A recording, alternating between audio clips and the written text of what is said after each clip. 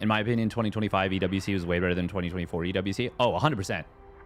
100%. Haven't seen SCBoy in a hot minute. Me either. Me either. Gonna be interesting to see how he does. Rogue already won his match. Actually, Cure and Percival have already won their matches as well. And Lambo and Zaun have already won their matches. Wow. Okay. Huh. We really kind of took a while to get things rolling. But here we are. Ragnarok and SCBoy. Winner plays Rogue.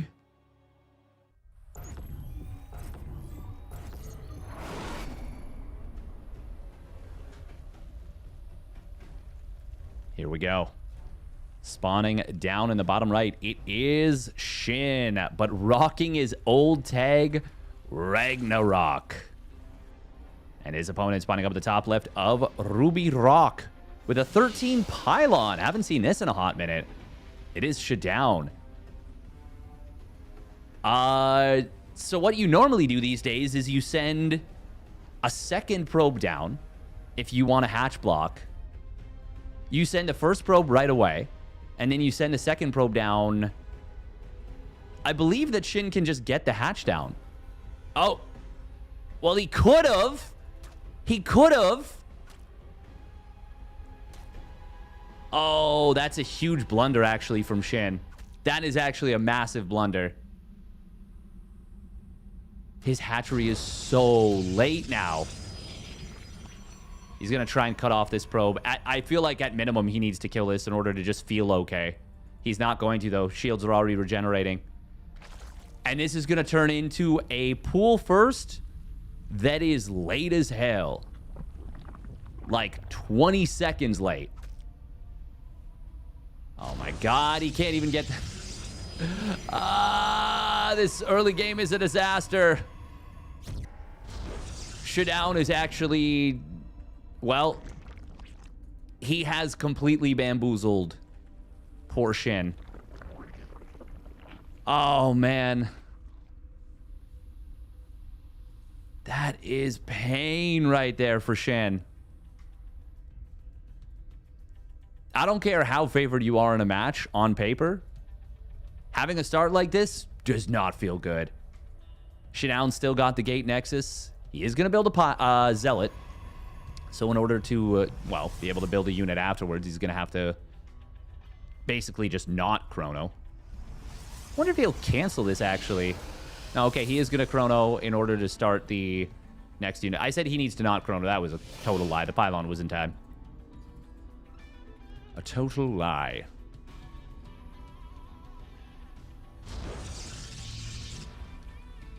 Shin does get the probe kill. Stuck around a little bit too long. And, I mean, of course he's going to double hatch behind this. This is not game over by any means. But it is a very uncomfortable start. And I would say Shin is behind. At least a little bit. Although, am I missing something? It feels like SCBoy was missing maybe a bit of probe production. Ling speed is on the way, but it's actually not even as fast as if he'd gone hatch gas pool. Oh, creep tumors. It is going to complete. SCBoy knows he was almost definitely not going to get it, so he just doesn't even try. Oh, little juke. Little juke-gorilla. Shin going up to a rather quick 4 queens. The prevailing thought is that 3 queens before 3rd hatch is now the play. Now, in a game like this, prevailing thoughts go a little, not completely out the window, but a little bit out the window. God, look at the worker count. For a moment there, it was 33 to 24. And that's with no damage done yet. In, like, no actual damage done. The thing is, what SCBoy has been able to do, I would consider that to be actual damage. Even if it hasn't been kills. Even getting a single drone right now is so good. He's going to find another one in the main. Adepts are going to be able to shade to a safe position. This is such a good start for SCBoy. Nice positioning here from Shin, but the Oracle can come back and defend these. Oh, he doesn't even get the backside Adept. That, ay.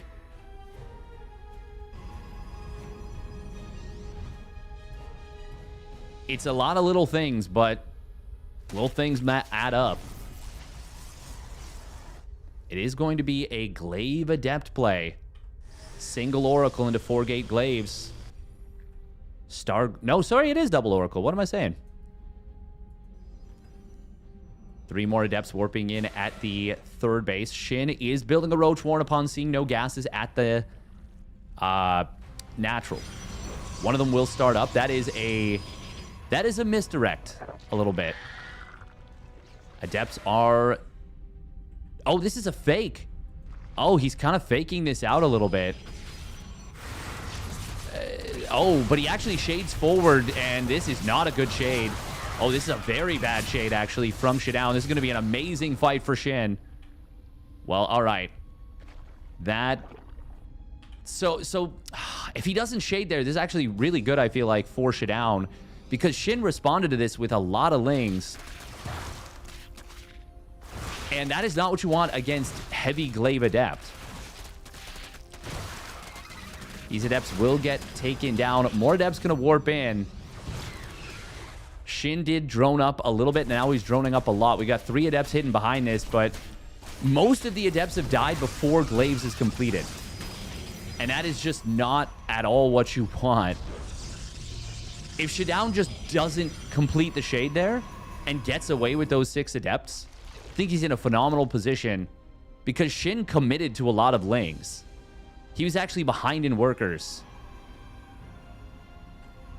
Now, though, I mean, SCBoy's entire game plan is kind of thrown off. It feels like he doesn't feel confident to move across the map. Good creep spread from Shin is really creating a veil of security for him.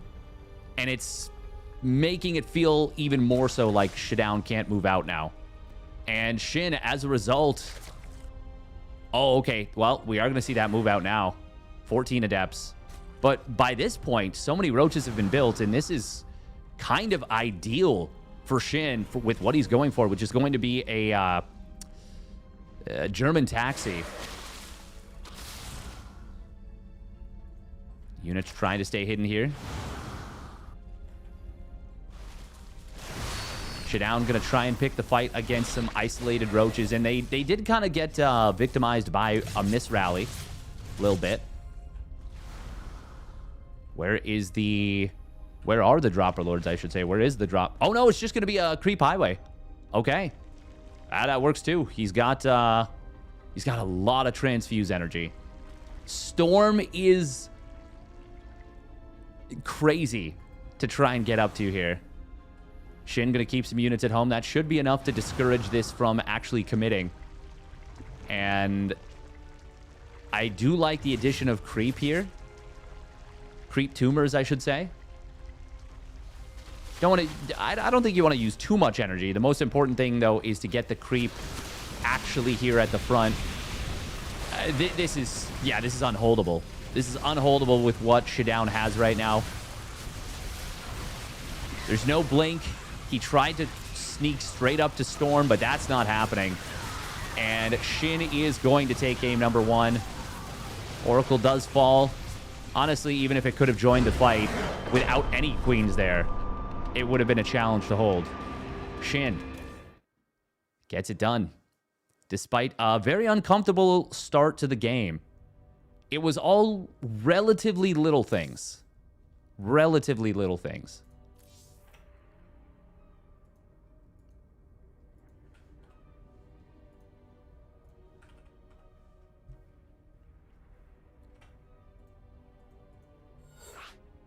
All right, it's going to be Old Republic. Massively sized map for game numero 2.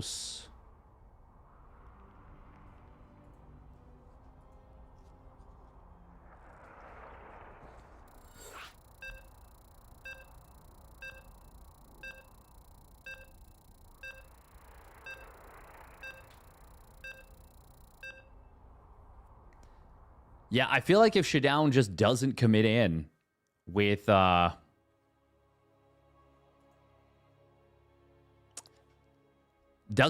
those first 6 adepts, that's a completely different game.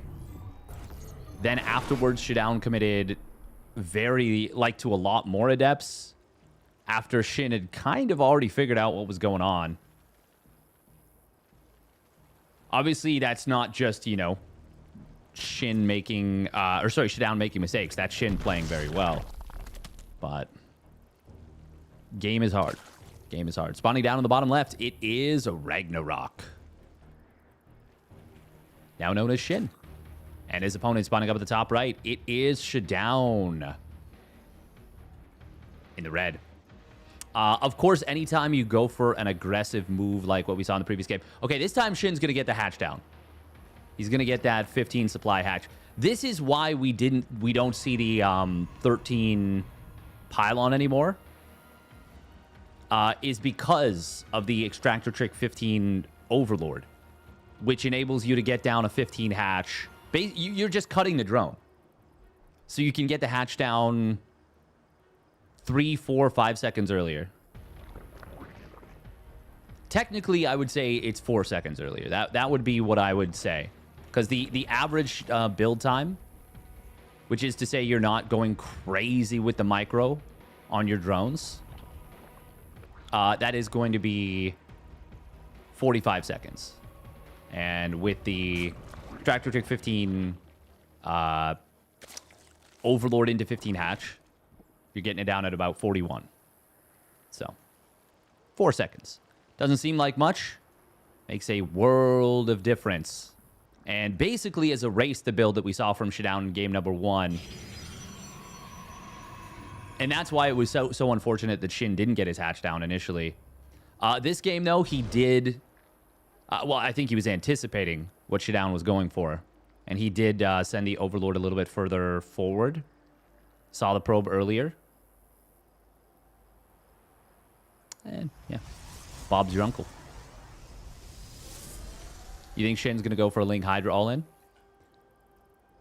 I wouldn't be surprised if we saw another German taxi, honestly. Well, I guess that was the German Autobahn.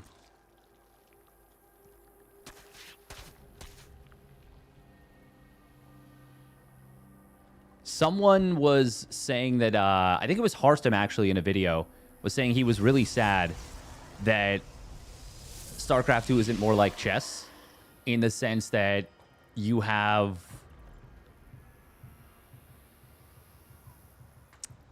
players like saying or you know, things named after specific countries or whatever, like the Sicilian or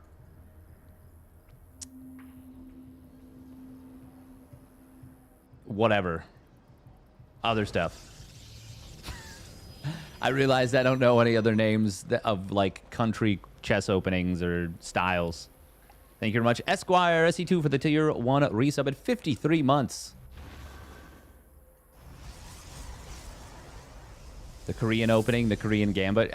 Honestly, for StarCraft 2, a lot of stuff would be the Korean opening.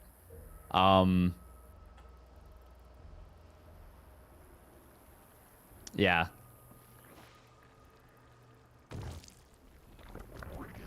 But it would be cool. The thing is, you could have stuff like, and there are builds named after players, like the Marjorie build. That actually was single-handedly responsible for getting Charge reworked. And if you ask Protoss players at the time, they would have said massively nerfed. And if you ask them now, they would say, okay, it's actually really good.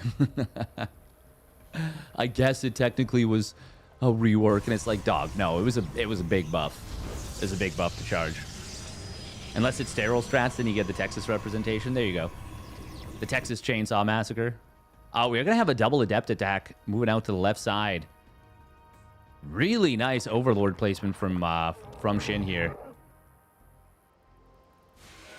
This would make me want to Void Ray if I were a Protoss player.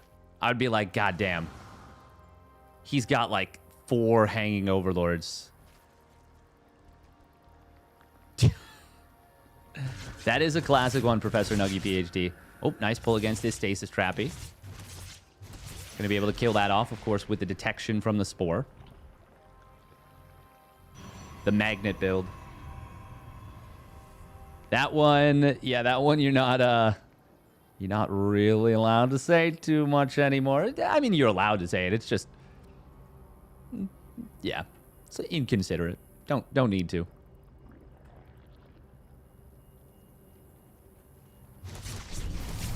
Oh, we got a bit of a dive here on top of this Queen, but it will be saved.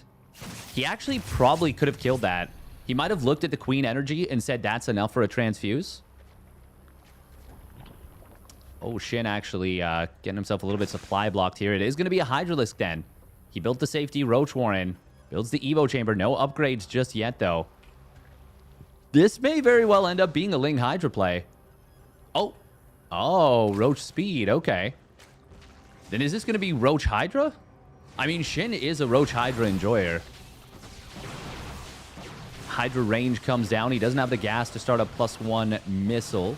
Not unless he wants to delay building units. But there is a very small... Oh, that's a nice Stasis Trap. Very small, but still somewhat powerful and frightening attack. Oh, that's a big kill on the Oracle right there. Queen's able to take that down. Oracles are what make the Lings not able to deal with this on their own. Very interesting to be getting Roach Speed and building no Roaches. Of course, Hydra range is not necessarily the best upgrade of the two, but it is faster, and it is good if you're on creep defensively. We do have Storm coming in for Shutdown as well as a 4th base. Shin is going for Roaches now. He just wanted to get the, I guess, higher DPS Hydras. He's adding an Infestation Pit as well, and still no attack upgrade.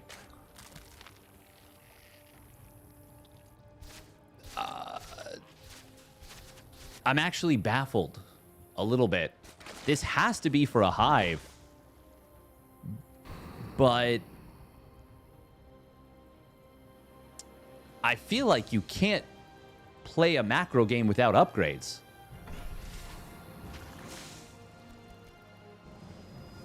Oh, Contaminate on Storm. Okay, I mean, the Infestation Pit is a pseudo fake. We're going to be seeing a Robo Facility coming in, but that may not end up being a factor. Link Forward going to come through, trying to protect this cannon. Or at least get a little bit more free damage while the cannon is being targeted. Lings will try and go for something. High Templar in the back. Oh, that Stasis Trap is huge. Mammoth Stasis Trap right there. Psystorm. Oh my god, that was such a sick Contaminate on Storm there.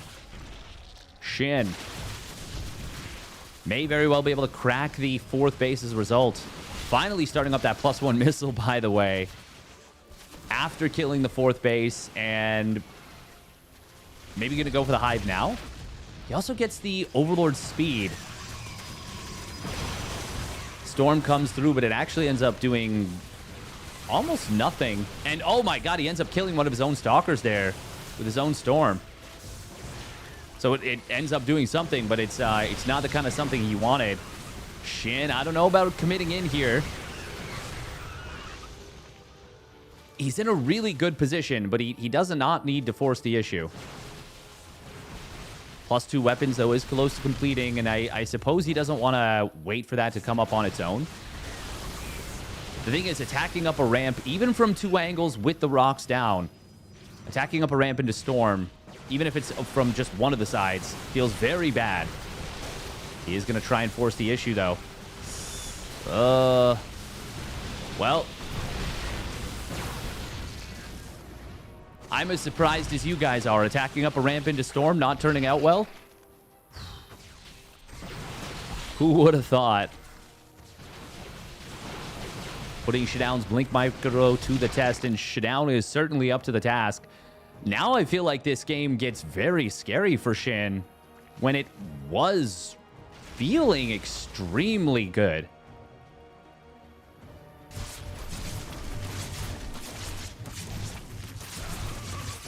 Zealot run by on the third base. We'll be able to find a couple of drones, but more than anything, drawing the army partially out of position, allowing SCBoy to take a forward spot. We do have +1 missile now done for the Roach Hydra, and SCBoy is very behind in economy, like very behind. He needs to do a lot here, but I don't think he's going to be able to win the game. And even with that overcommittal on the into the third base. Oh, actually, hold that thought. We got a little Zealot warp in slash... No, I think just a drop, actually, into the main. Hive is done. Lurker Den is about to complete. And SCBoy does not have what he needs to deal with the Lurkers. That is for damn sure.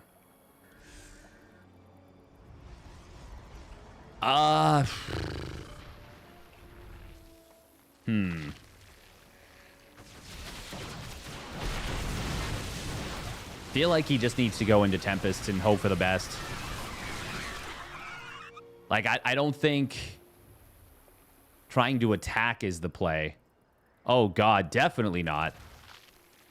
Now, if he stays very mobile, at least... Okay, there we go. There's the second Stargate and Fleet Beacon. Maybe he didn't realize this was a Lurker Den when he was in the main base. That is the only thing that makes sense to me, honestly.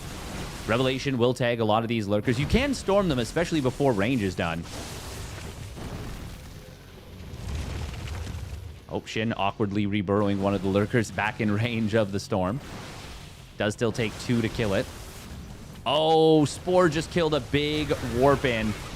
A lot of storms hitting it on this army, but it's mostly hitting units that were moving through it already. Oh, SCBoy. God, he's eating some big storm damage from himself there. But now look at the situation. Compare this to where we were like 2 minutes ago. 2.5 minutes ago. Shin sitting outside the third base. Up like 60 army supply. Access to Hive Tech. Didn't start it right away. And more than anything, just committed into a really unnecessary attack.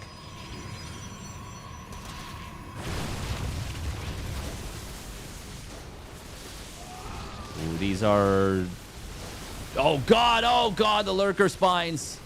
SCBoy taking some big damage there on his Stalkers. Lings could be driving by into the natural, but they actually are not going to. Adaptive Talents is done, and the Tempests are just starting to hit the field. Ooh, nice snipe on High Templar. Lurkers on the ramp are going to be very scary here. It was starting to look good for SCBoy for just a moment. But Shin managed to hit his timing before the Tempest count got too high. SCBoy was not able to manage it well enough. And it is going to be Shin taking the 2-0. But definitely not effortlessly. Definitely not effortlessly. He had to work for that a little bit.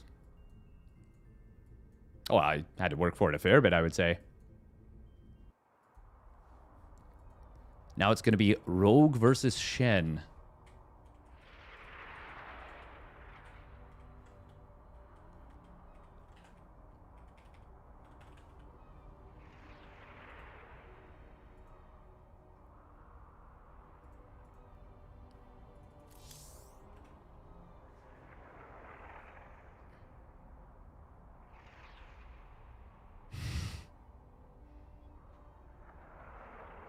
Feel like Shin versus Rogue could go either way. 100%. Especially in a best of 3. ZVZ is it's an extremely volatile matchup. But it is fun. It is fun. It is, for me. I know a lot of people are kind of meh about it. And especially Korean ZVZ, they're kind of like, blah. It's so blah, blah, blah.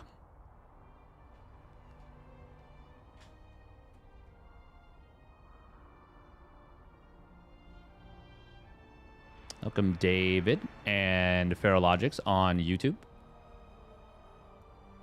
Why not cast the Soup Tourney, by the way? I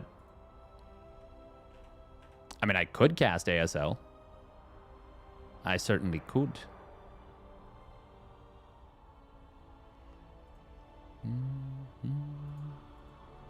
Actually, I don't even know if I can.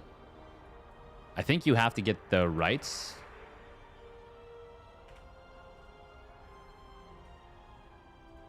Like, I think they have to give you permission. SC2,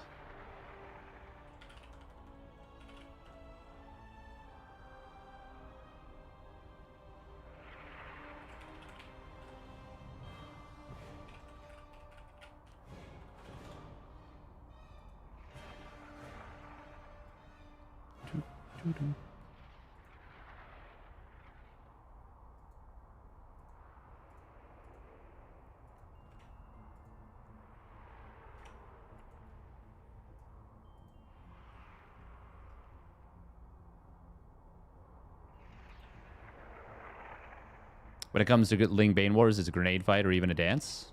Yeah, it's both. We're dancing with grenades. What a beautiful metaphor. It's not SC2? Yeah, yeah. Exactly.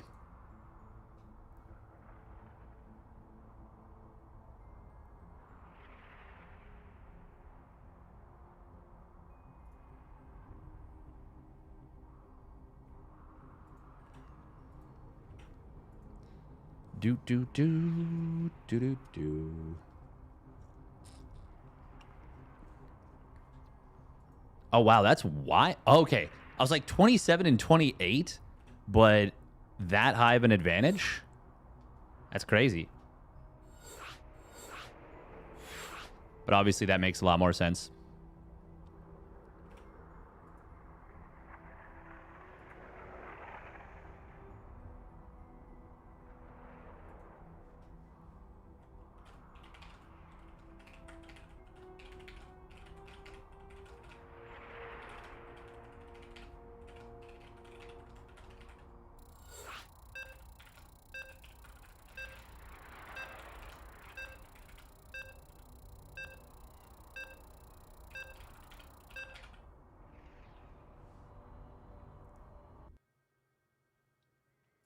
All right, ZVZ is going to start off on Winter Madness.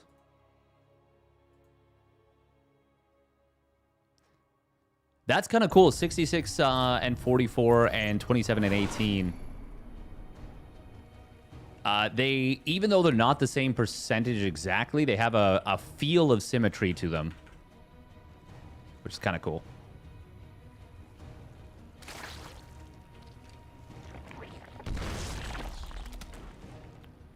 All right, here we go. Spawning down in the bottom right, it is Shin. In the blue. And his opponent spawning up at the top left, it is Rogue. In the red.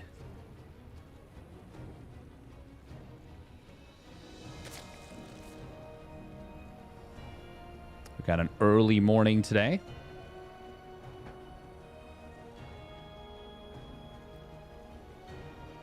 And that is going to be fun. I'm excited to see what these two do.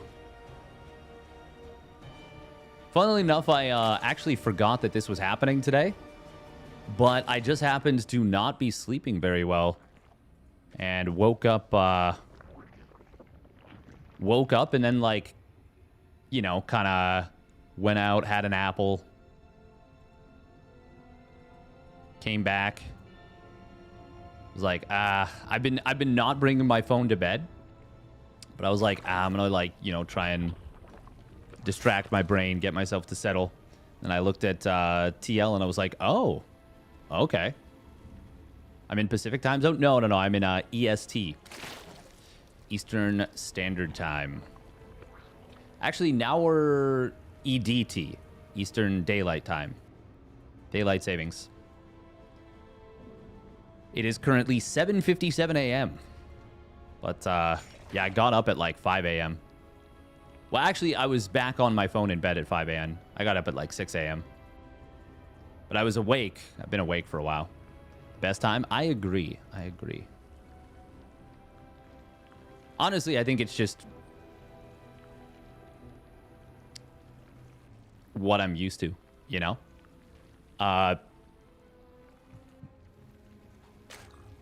Yeah. Ooh, still 3 on gas from Rogue. 2 on gas for Shin. So something wicked this way comes out of our Rogu.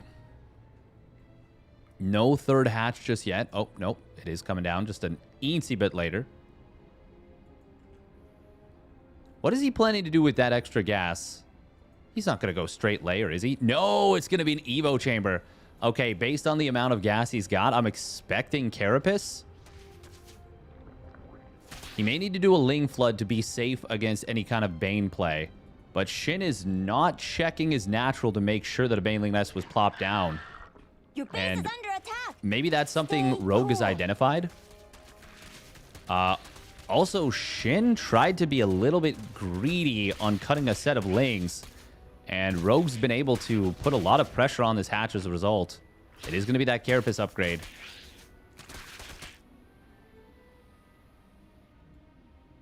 Ling speed will complete for both players. Rogue says, okay, I see what you got there. Shin should look at this Baneling Nest and be like, what the hell? That is so late. Will he decide to get very aggressive right now? He has the opportunity, but he may not have noticed that that was the Baneling Nest. Queen's ready. Here comes a new challenger. He's not going to try and do anything with this. He does to add on a Roach Warren and a second gas. That is very much a standard way of playing here. In new style ZVZ. In order to be safe, you get that second gas, you get the Roach Warren. Sometimes you put on pressure. So, oh my god, okay, big Bane detonation. Could have been worse. He did get a drone. Got a couple Lings. Ends up ultimately not being the worst trade of all time, but still, it just feels bad for the vibes when you eat a big Bane hit. Scout gonna come in. Did he see the gas? I'll have to check in a moment because my clicking was bad. He saw the Roach Warren. He might have seen gas being returned, but he didn't actually see the gas itself. We're going to see Ling's getting into the main base of Rogue. He actually, funnily enough, pulls back. Shin does. From what would have been a kill there. Oh, wow. A lot of Banes coming in on the side. Shin is droned up like crazy and has Roaches about to complete. I feel like this can't possibly work for Rogue right now. What is the... Yeah, no, I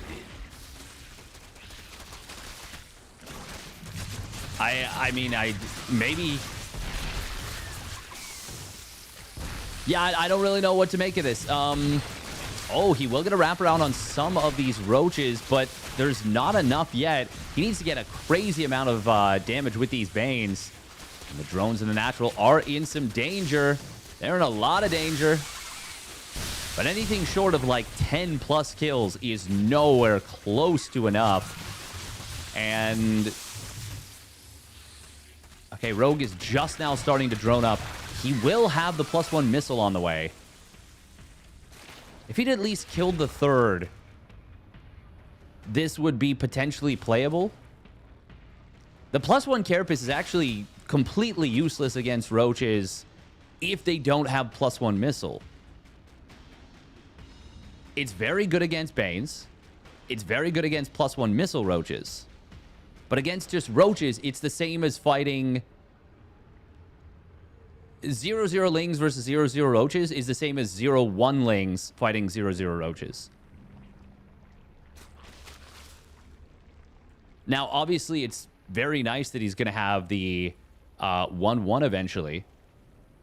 And he did force a lot of lost mining time. It's important to note. It's not the worst it could be. Nidus Worm from Shin is very interesting. He's going to try and close the game out with that. He's actually... oh, he is faking these gases at the third base so freaking hard. This looks like Mutas to me. Like, if I look at this, I'm like, this is Mutas 100%. But it is not. It is not. He's actually only mining with 3 2/3 gases. Rogue is still on hatch tech, by the way. He is still all in. Shin has roach speed. This is so funny. I don't know that I've ever seen 1-1 slow roaches versus speed roaches without upgrades. Ling's coming in from the back. Shin, it's actually better for him. Oh my god, the snipes on the Ravagers are huge. Corrosive Biles were going to be so necessary in this. This has no chance of working. Shin is absolutely crushing this. Wow. It really feels like Shin read him like a book there. That is crazy. Obviously, the Nidus Worm never comes into play because Shin just doesn't need to attack at all. What a weird game that was. That was like watching two children swing at a piñata blindfolded, but like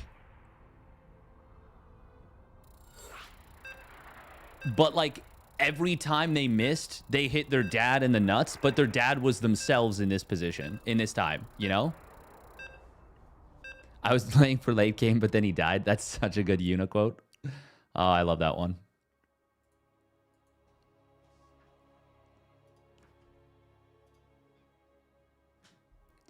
An absolute classic.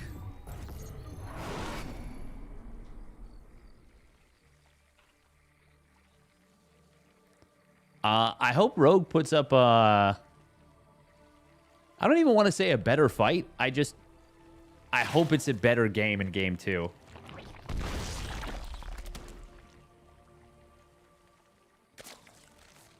To be fair, I think like he ran into probably the worst thing he could have, which was a Shin that droned quite hard and didn't get any upgrades. Like, the 1-1 is nice, and if it's an even fight, it's really, really good. Also, amazing job from Shin to move forward and snipe those Ravagers. That was, like, very, very well done. Even without it, I think Shin probably just wins. The only way Shin loses, actually, is if he gets fully surrounded by the Lings and Corrosive Biles hit dead center. But the fact that he made it so decisively one-sided and completely undercut Rogue's goals was very nice. All right, spawning down on the bottom left, it is Shin. In the blue. Oh my god, and it's going to be 3 hatch before pool. Spawning up at the top right, it is Rogue, and he is playing gasless. Wowie zowie. Okay. Celestial Enclave. Apparently the Zergs have decided that this is a map where illegal is legal. That is incredible. We've got a 3-hatch gas pool out of Shin. And a hatch pool hatch gas out of Rogue.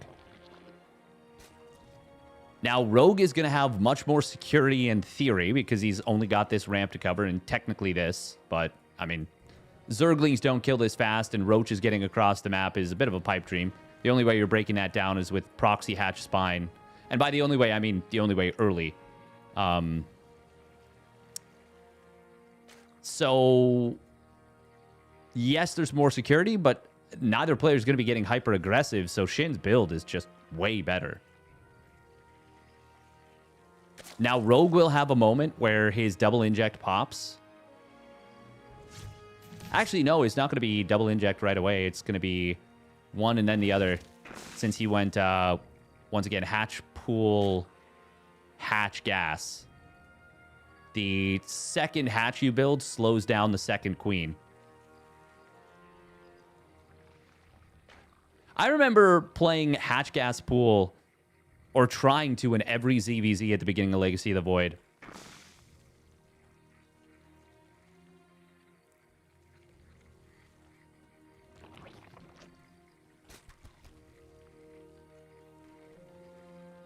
Simply send drones into Rogue's back base and make spines.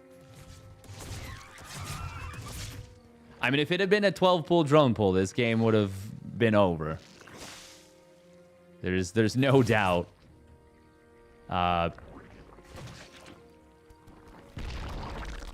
Oh, fake lair. We've got Ling speed coming in from both sides. That is a lot of larva banked up. Yeah. Ling flood.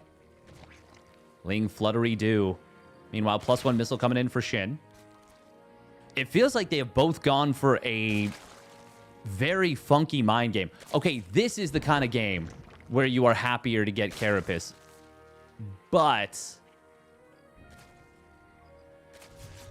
I think Rogue would be even happier. Oh, hang on. Okay, this is very cool. Oh, this is very cool out of Rogue. He is pretending like this is not a big Ling flood from him. He also faked out the Carapace. Now he builds it again in earnest. But Shin has been droning for a little bit and might be in some trouble. Look at the Ling count. Oh, wow, wow, wow, wow, wow, wow, wow, wow, wow. 32 Lings in production, but they're going to be coming out piecemeal. Queens will tank a lot. A Creep Tumor was dropped. It actually kind of acts as a little bit of a body block. Drones being pulled. Good micro so far from Shin. Rogue is not going to be able to break through here. And also not able to get enough damage to equalize just yet. He did kill 2 of the 3 queens. The third one barely surviving. Shin. Man, Rogue is continuing to commit. And, like, hard commit, too. The fact that Rogue canceled Carapace and restarted it really sucks for him. Like, really, really sucks for him. Because if he had had it when he initially started it, it would have been, like, no timing, basically. Where Shin has the missile and Rogue's Carapace is not done. It would have been, like, a 3-second timing. Now it's going to be... Well, it's going to be like 40 seconds.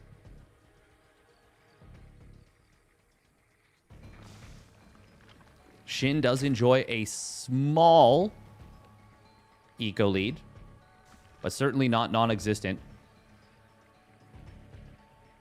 Shin not mining off the third gas in his natural. The thing is with... Oh my god, we've got another 11. What is... Oh man. I don't know if Shin played mutas against Rogue a bunch recently. That's the only thing I can think of, because this is a crazy thing to be going for against someone that's building roaches. Carapace will complete.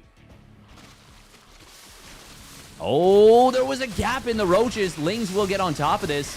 Baneling's actually going to get some really good connections on those roaches on the right side. Oh, the Bane! He had a giga connection. Is Rogue just going to win the game because Shin just biffed it? Yeah. What the hell? That's not supposed to happen.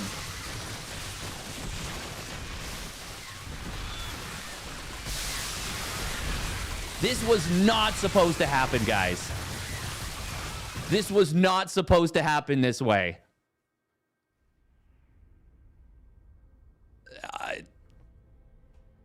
Wow.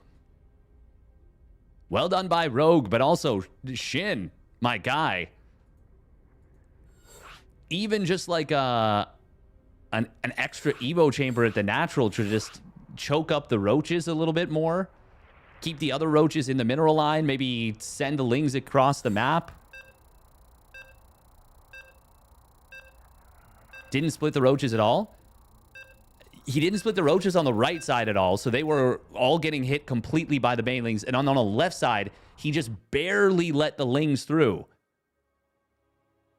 Even without the Evo chamber wall, if the roaches are just tight together on the left side, it's a different story.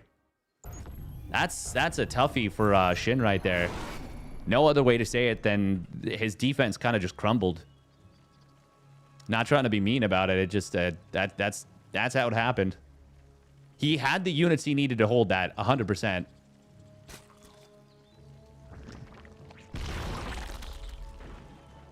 Anyways, spawning down on the bottom right. God, ZVZ is such a fuster cluck. I love it sometimes. It is Shin. In the blue. And his opponent spawning up at the top left. It is Rogue. In the red. Well, no wonder he's doing this.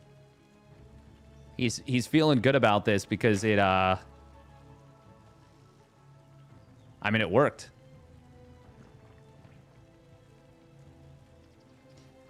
Imagine... Oh, man. I can't believe that he made 11 Banes. And then it was the 2 additional Banes he made at the end that were the difference maker.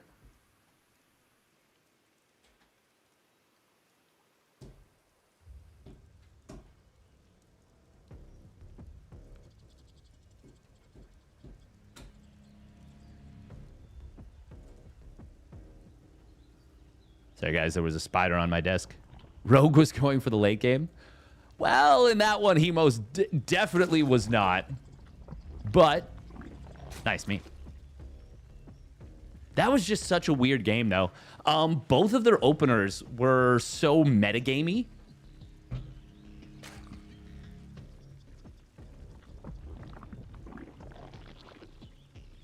It was like they were,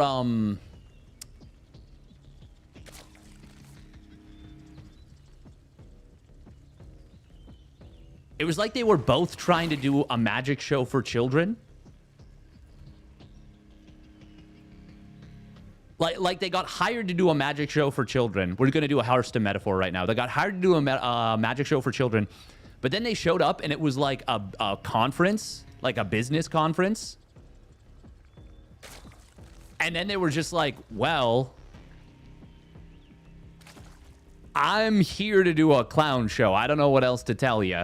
And so they both just kind of like did it like, but they were doing it to each other. So I guess in this case, they actually just showed up at each other's place of work. Anyways, much more standard opener here. Hatch gas pool, third hatch at 32 supply. There's a little bit of debate on whether 30 or 32 supply is better. Personally, I don't like floating larva, so I do 32 supply. It just feels right. It feels right. Feels more right.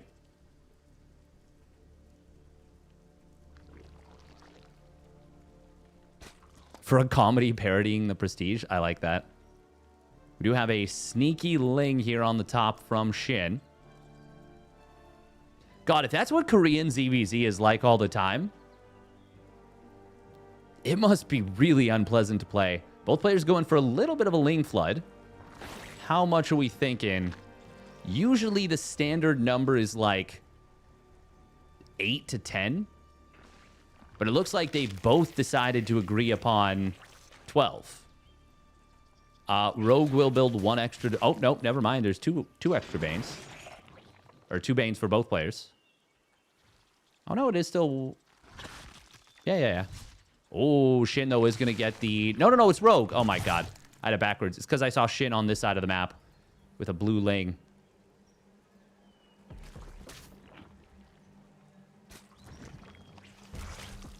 Ring around the Rosie. Scout on a layerless opponent. Meanwhile, Rogue, not aware that his opponent has thrown down the layer.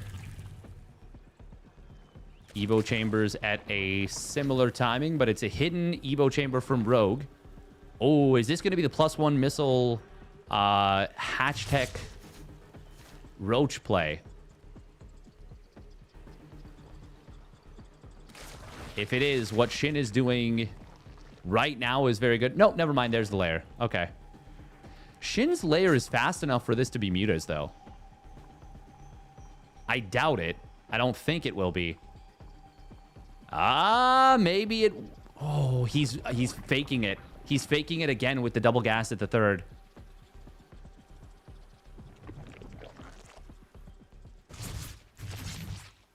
Oh, God. Really nice mind games from Shin.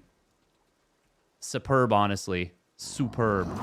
But seeing those roaches... He's faking it, and now he's going for the Spire anyways. That is legitimate. That is actually a double mind game, and it's so smart. Because he faked the double gas in game 2. Game 2? No, game 1. Game 1. Now he's faking the double gas into a real double gas, and Rogue is like, nah, your tricks mean nothing. He's mind gaming the caster here. He is. The mind games have worked better on me than on Rogue somehow.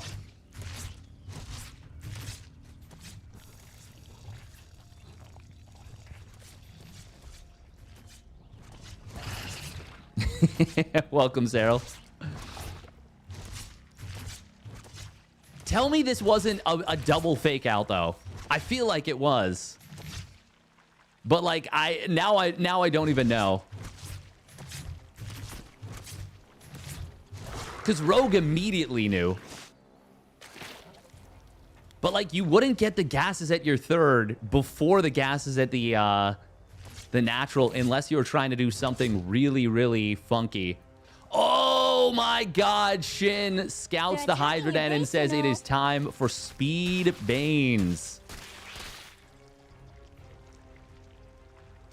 They're going to see me rolling. They're going to be hating. Oh, he canceled Bane Speed for a moment. Ooh, that's cute. Rogue's Overlord must have been in range. Only 3 mutas were made. Hang on. Can Shin hold right now? The 2 Banes from the early game are actually going to be a potentially dangerous thing on the mineral line. Nah, they just die immediately. Oh my god, so many Banes. Huh. Rogue, yeah. Split like your life depends on it, because it does. Oh, that split. Oh, that split was so sick. Shin might have enough to defend nonetheless, though. Hydra DPS is obviously very good, but only if they stay alive, and they are not staying alive. It is a +1 missile advantage for Rogue, but that's not enough. That is not enough. That's so funny that he split so perfectly against the Banes, and now it is actually the Roaches that overwhelm him.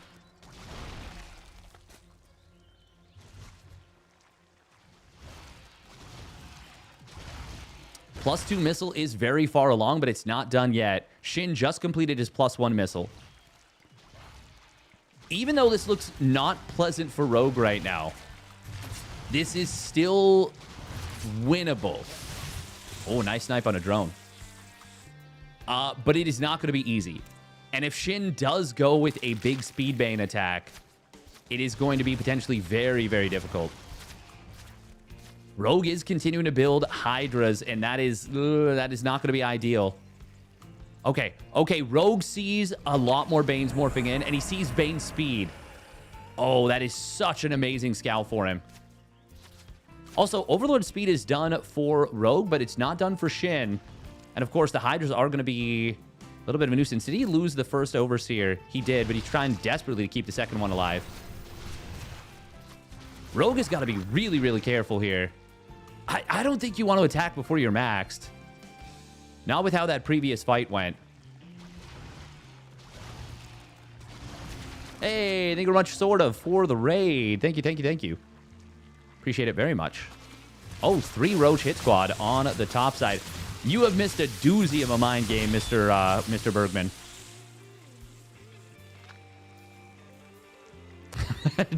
Dropping creep on top of your opponent's speed banelings is an aura farm that I was not prepared for. Oh, this is going to be a big find on a lot of this army. Banes are hunting the Hydras.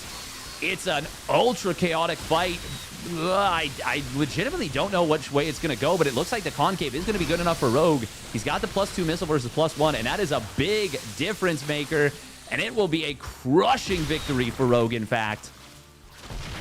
His whole army was not there to start the fight, but he managed that really, really well. Jeez, that was an insanely good fight. That was actually some crazy splitting.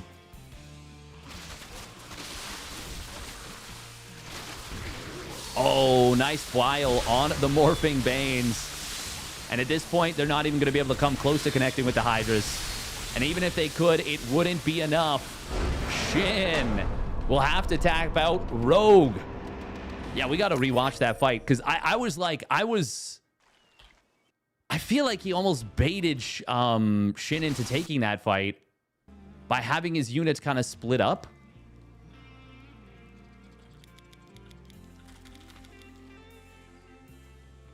Like, there's Hydras on the right. I guess some of the units were coming in a little bit late.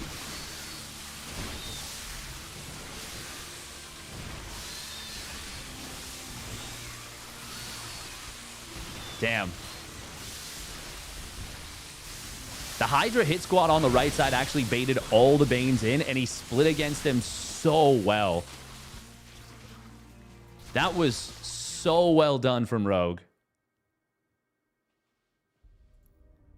Yeah, I mean, I was looking at that. I knew that the +2 was going to play a big factor, but I was not expecting that to go as well as it did. Like, that really looked just not... it didn't look like it was going to go that way. That's all I can say. Now it's going to be winner of this versus winner of Clem and Nicorakt. Man, what a game. Well done from Rogue. I'd be lying if I said I wasn't kind of hoping for Rogue, just because Rogue Clem is hype as hell if it ends up happening.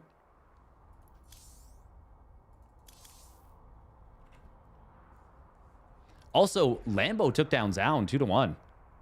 Really well done there. Kind of wish we'd gotten that one. It is going to be herO versus Rex. Oh.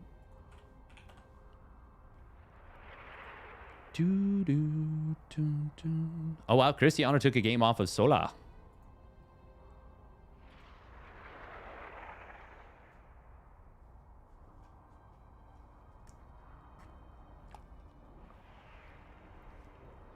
Also, thank you very much once again for the raid. Sort of. Hope you had a good stream. Hope the ZVP was not too prevalent. Or if it was, I hope it was kind. I've come to a realization that I actually just can't play StarCraft 2 anymore.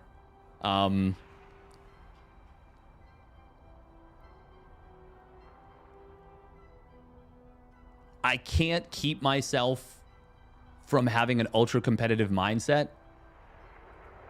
And I can't... Hey, thank you very much. I think it's Tink, I tell you, for the tier 1 resub at 18 months. I can't keep myself from having an ultra competitive mindset. And that mindset, I can't keep myself from just being uber frustrated. Yeah, that just really sucks. That just really sucks. I wish that I could, but it's not something I'm unfortunately it's not something that I'm capable of at this point. 18 games, 15 ZVPs. Oh my god.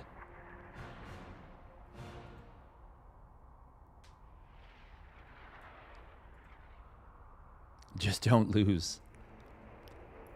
That's great advice. It is great advice. No, I don't want to I'm too old, you know, to be being this much of a baby. So, why am I putting myself in a situation where I'm a version of myself that I don't like? Play like Cyril, that is the goal.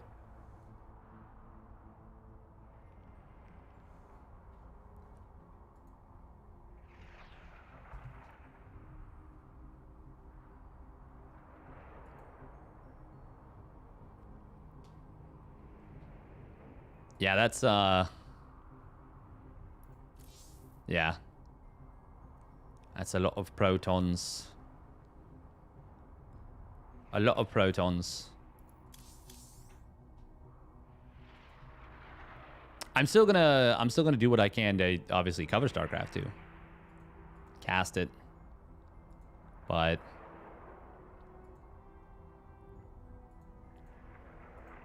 yeah. I'm finding myself just too frustrated when I play. And that's just not good. That's not good.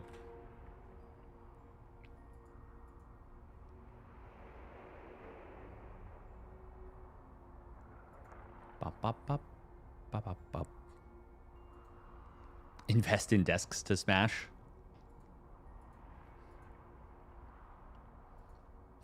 No, I specifically don't want to do that.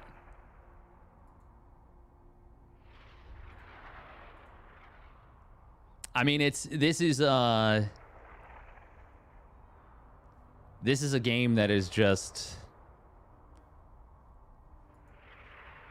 like ludicrously demanding. Ludicrous.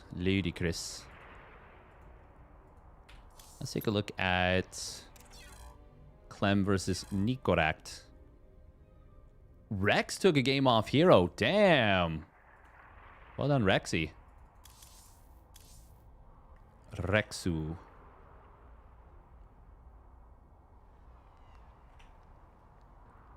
Classic Solar.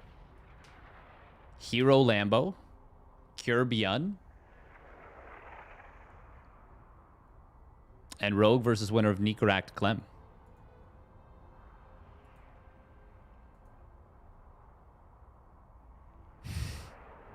Point to the stream to write off all those desks. They'd be like, is this guy a, like, martial artist? What's going on here? Yes.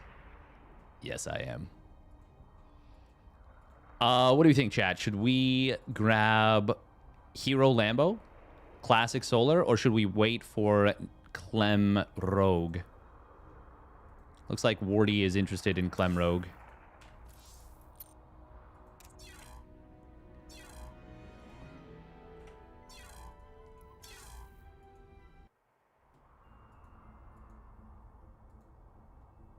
Classic Solar.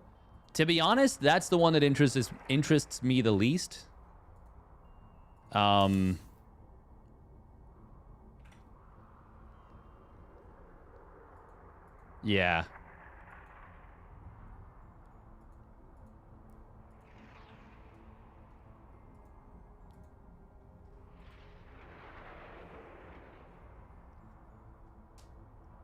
I go through 12 desks here. Oh, no. Hey, thank you, Jeff Bezos, for the 100 biddies. Fortunately, I do not go through 12 desks a year. You just got to get one really strong desk.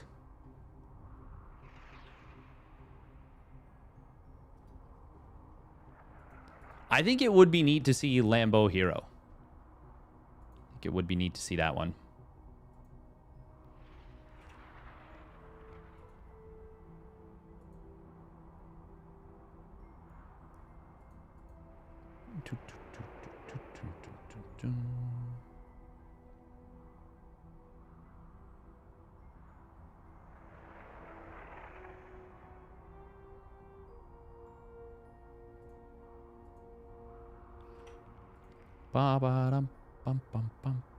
Oh, okay. Looks like Clem just finished up.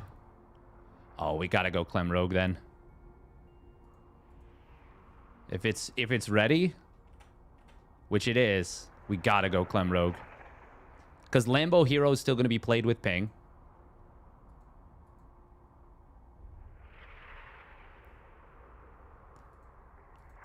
I mean, it's Clem Rogue. We don't get that. We don't get ZBT very often. And we don't get it between two ultra-fast players very often either.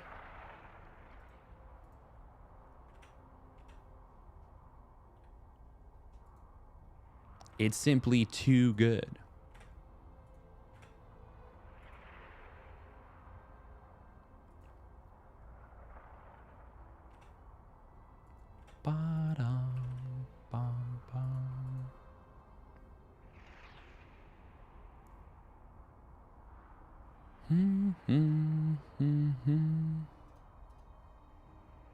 Here versus Lambo next. Plan is Rogue Clem.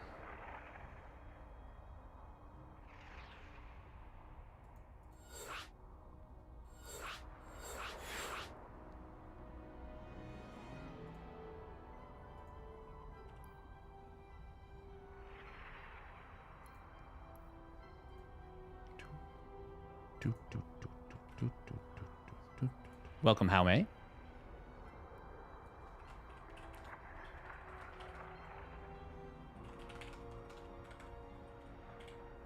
I mean, I don't always know best, but this one, yeah, it's a matchup that's been pretty sick. It's one of the few players that in ZVT can go toe-to-toe with Clem. Obviously, it being played on ping is less than ideal, but herO versus Lambo is going to be played on ping, or with ping. I think the players that I think of that can go toe-to-toe with Clem's speed are Raynor, herO, Rogue, Solar, maybe? Solar definitely can for speed, but... All right, here we go. 10,000 feet. Kind of surprised this made it through vetoes.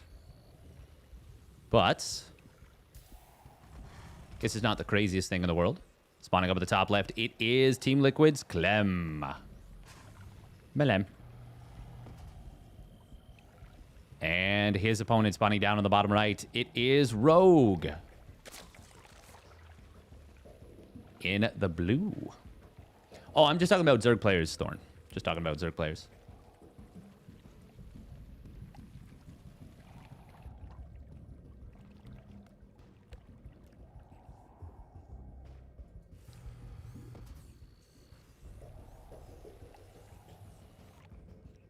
ZVT, of course, one of the most mechanically demanding matches. Probably in any RTS ever. I wouldn't say there's no speedy Protoss players anyways. There's Trigger. Who else is like a really speedy Protoss that is like known for their speed?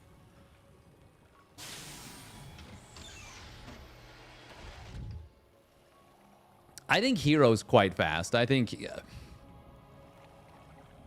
his reaction time is extremely fast. I think the thing is, in order to play Protoss at a high level, you do need to have a really fast reaction time and extremely good mini-map awareness.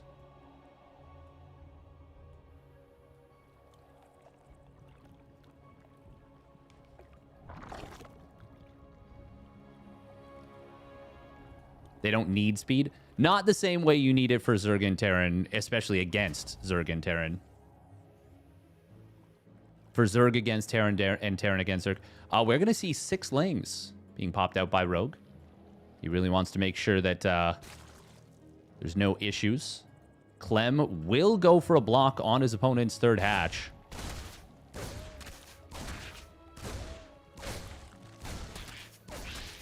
You really don't want to lose a Ling when you go with 6 Lings as your opener. Dark used to do this all the time. Oh, SCB gets sent back home. Interesting. Ah, that's a neat little spot to put a 3rd CC. Makes it a little bit trickier to scout. Rogue keeping the Lings that were wounded hidden on the side. Queen went very far out to the 3rd base to try and find this. Is Rogue... yeah, okay, he's still got 2 drones on gas. I was going to say, he's got to be... he's got to be doing something to make up for the fact that he is going to be behind in...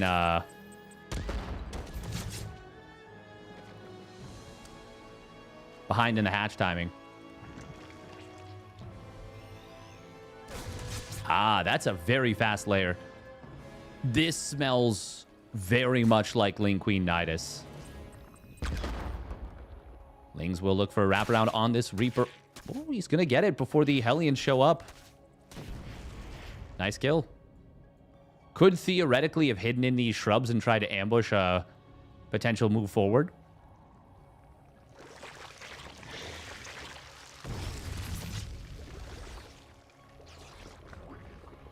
Oh, it's going to be Hellion Liberator. Oh, no. Okay, 2 more gases. Oh, wow. We're going Muta. We're going for... I hesitate to call this 2-base Muta because he's getting a 3rd hatch, but it is a delayed 3rd hatch. Huh. This is like a 2.5 base Muta.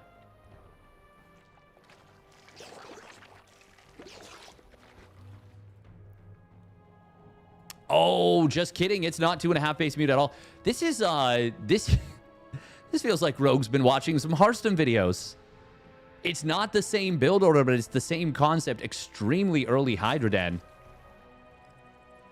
Wow. Okay, so it is not Muta at all. Where is the Liberator? Heading its way down to the bottom left. Very fortunate Overlord. Ooh, here come the Hellions. There is not enough Lings here, and they were really stacked up. It's 8 cars. Oh, that's not perfectly positioned. Actually, I guess it is. I think there was a gap on the right side, but at any rate, Rogue gets the block. It's a lot of drones going down. A lot of drones going down, actually. 9 drones is quite a bit off of 3cc. Yeah, okay. No, this is still extremely good for Clem.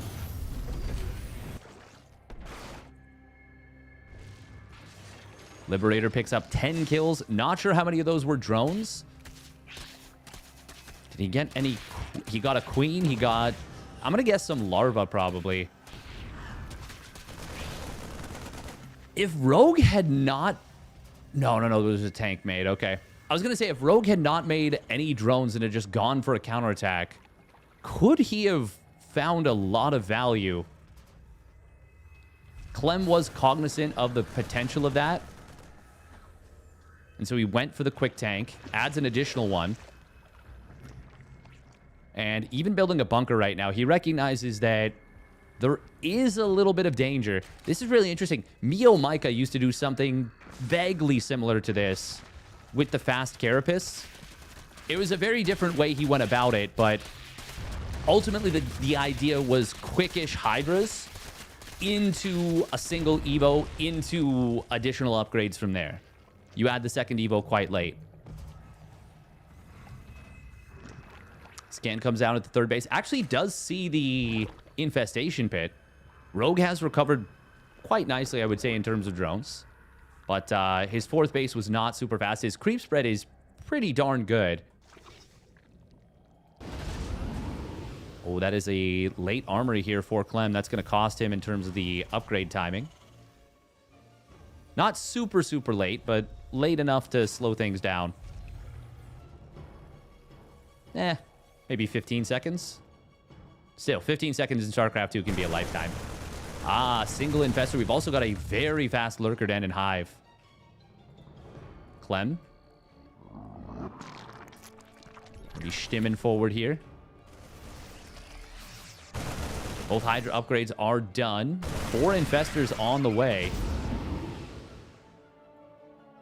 Clem will just get on out of there. Skedaddle, if I may. Changeling. On the ramp. Okay. There's the 2-2 starting up for Clem. It is 1-2 missile upgrades for Rogue, so he is going for Hydras. Ooh, fungal growth could be big here.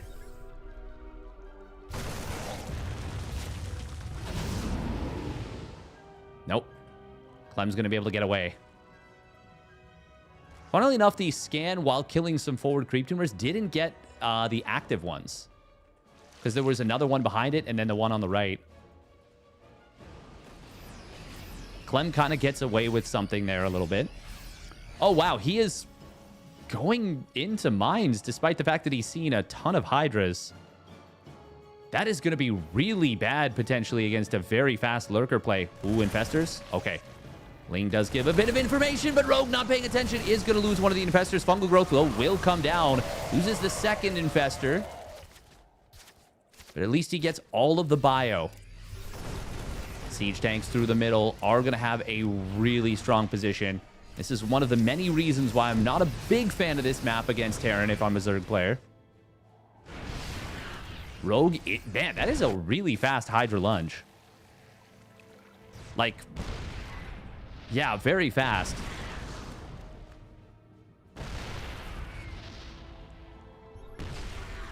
Clem does have a strong setup here. He's got the fourth base done. Already getting into a second starport and a fusion core. So not going to be ghosts, but it is going to be liberators. Rogue will complete his +1 missile. Seismic Spines is done, and now we've got the Adaptive Talons, and it's the Nidus Worm. That is going to be Rogue's goal for the win condition here. Oh, lane counterattack getting in before the Planetary Fortress can complete at the 4th base. And that's 7 SCVs down. That's pretty nice damage on the counterattack. Oh, he's actually going to kill this gas before it finishes morphing. Nidus Worm in the natural. Oh my god, it's in the main. Ooh, Clem does see it, but barely. I don't think he's noticed it yet. This is a really fast Nidus Worm for something like this. Oh, this could be a game-winning play from Rogue. Oh my god, the Lurkers are going to blast this SCV line. Nowhere near as quickly as I kind of thought they would, but they will kill a couple of them at the very least. Liberators are going to be popping out on top of this. This is not going to be comfy. Oh, God, Bio trying to come back up the ramp. No, Clem. Not like that. Not like that, not like this. Starport going to get taken down very quickly. Siege tanks will show up. There is an Infestor back here. A lot of the production for Clem already getting blasted. Meanwhile, in the middle of the map, we are going to see the original position getting taken down. The Lurker Nidus. Lurker Hydra Nidus is popping off. We got a maxed out Rogue. He's going to land a nice little fungal. There's not a ton of Lurkers here, but the Hydras are providing very good support. Good fungal growths of it as well. And we're going to see another barracks getting killed off. And now it is Rogue just waltzing into Clem's 3rd base. Clem is completely dead here. Getting blasted by the counterattack. Damn, Rogue. Hitting so early for an attack like that. Clem was just not at all prepared.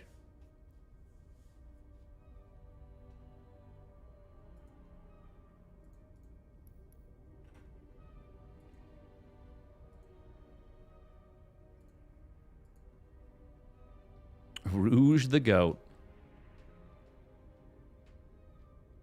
My boy Rouge.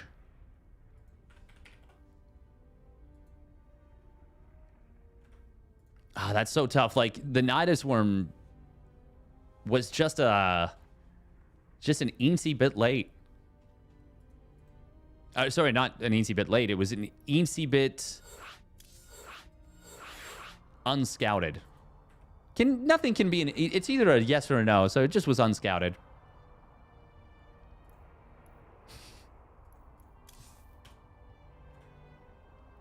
That's a roughy toughie.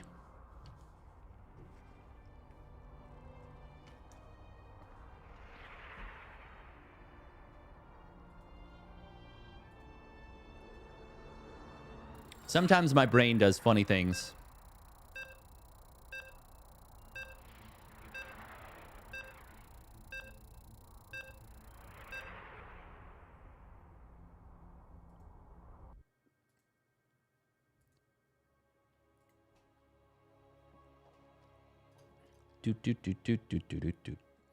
All right, let's see. Let's see what we can see here on Winter Madness. Rogue kind of stunning Clem there in game number 1. Spawning down in the bottom right. It is Team Liquid's Clem. Malem. And his opponent spawning up at the top left. It is Rogue. In the blue. Give it to me straight, Doctor. Is he going to live? Teensy bit. That is exactly what I just did there. Oh, did he respond to the Nidus in time? Teensy bit. Lil.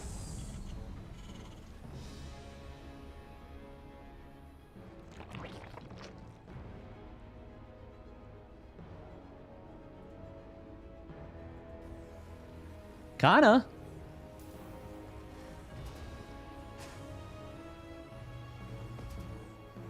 That was a cool play. That was a pretty cool play out of Rogue. Maybe that's the way to play. You know? Just straight Hydras. No Banes. Hydra's Lings, no Banes. I actually think that's the kind of thing I would enjoy a lot. Is this live or replay? This is live. We live, baby.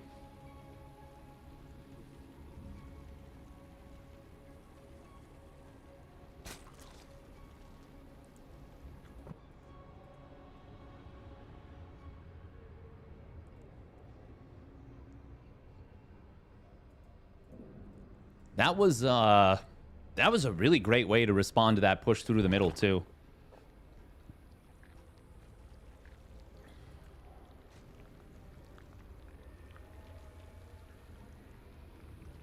That's such a good spot for a Nidus Worm too. Like, it's such a nasty position. This time Rogue is at least going to appear interested in taking the third base, and in fact he will take it on the right side. Once again, opening up with the 6 Lings. This is something Dark used to do all the time in this matchup. Oh, you really don't want to lose a set of Lings, or not a set, but even a Ling. Like, it just feels bad. I'm not a big fan of going 6 Lings personally, but as long as you don't lose one, kind of feels not bad. Obviously, you're delaying a drone. You're basically just building an extra set of Lings earlier. Now, is that ideal? No, because however long you would have delayed the Lings for, that is how long the drone would be mining for, which probably going to be at least a minute, maybe longer. So you're looking at like 80 minerals to 120 to even 160 minerals. It's not nothing.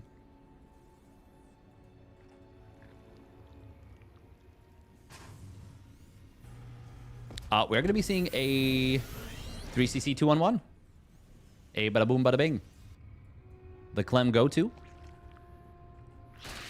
He will stop at just 2 Hellions, which for a while he was doing no Hellions, then 2 Hellions, then 4 Hellions.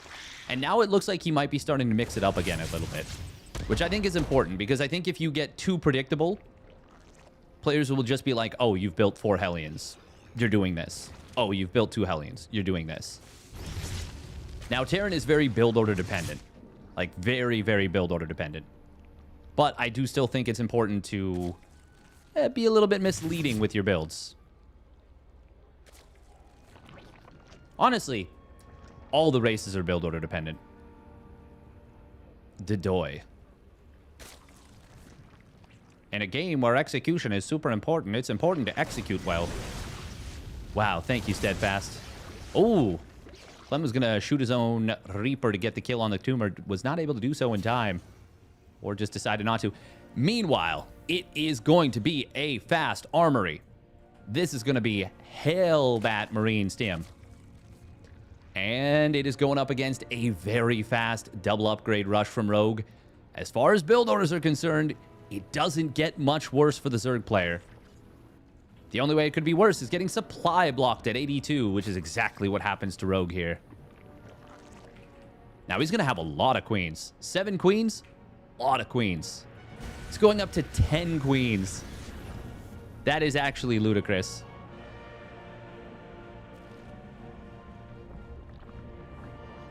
He will have transfuse. Quite a bit, in fact. Is this going to be enough, though? This is going to be really tough. He's going to have some very good control, and these Lings are going to have to not get hit by Hellbats basically at all. But they are getting cooked. 2 of the queens already going down. Hellbats are just tanking and burning as they go. Clem going to be able to kill so many queens here. Oh my god, this is insane, actually. He's just going to win the game, I think. There's still 2 Hellbats alive. Doing a little bit of juggling. No combat shields yet, and the Marines are very low on HP. It doesn't matter. This is game-ending damage. And Clem fights back in game number 2, smashing through.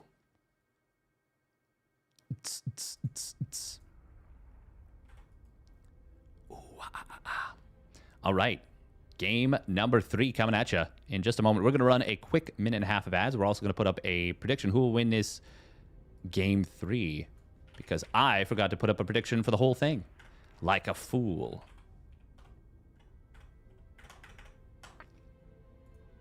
Literally cooked. Yes, indeed.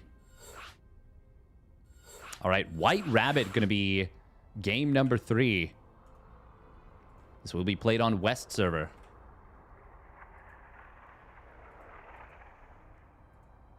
White Wabbit. Good to see YouTube popping. Thank you, Iron Joe Horn. Iron Joe. Ba-bum. herO did 2-0 Lambo. Not the craziest sing. Not the craziest sing.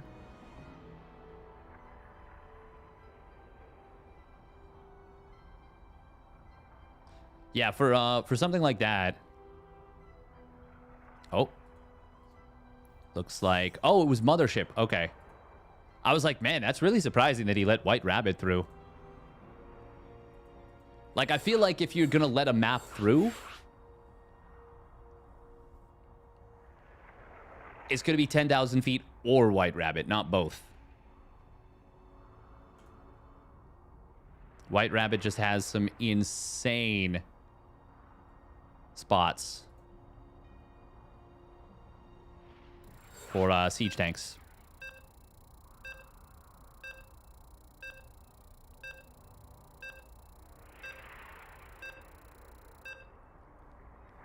Boop, boop, boop, boop, boop, boop. Boop, boop, boop, boop, boop, boop. Why didn't Rogue target the medevac? He could have at a certain point in the fight, but I think part of it was that he didn't want to... Like, at the beginning of the fight, it was kind of far back. And I don't think he wanted to commit forward for it. All right, here we go. Spawning up in the top left of Mama Ship. It is Team Liquid's Clem. Melem. And his opponent spawning up at the top right. It is Rogue. In the blue.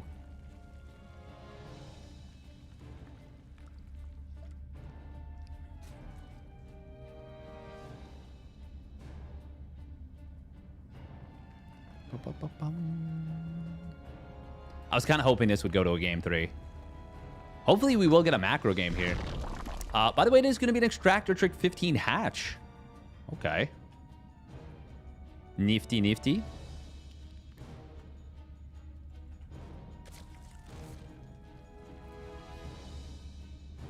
See when he takes his gas here.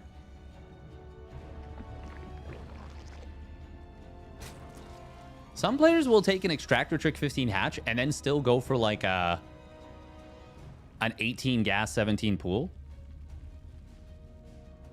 Which is like a little bit crazy to me. Because part of the benefit, I feel like, is obviously, A, you're super, super safe. But B, you get the creep really fast. Sorry, you can build the queens really fast. You get the creep really fast too, but that's not what I was thinking. You get the queens really fast. Yeah, it is definitely too early for me to be trying to thread together cohesive sentences. How many drones are we putting on gas here, Rogue? None? Just one? Okay.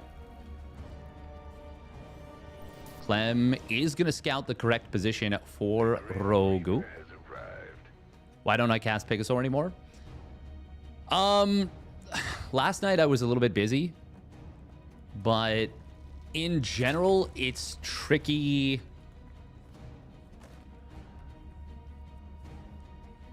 Oh, ooh, Ling's actually barely getting missed there. Part of it's there's like no zergs. Part of it's then it's kind of late for me.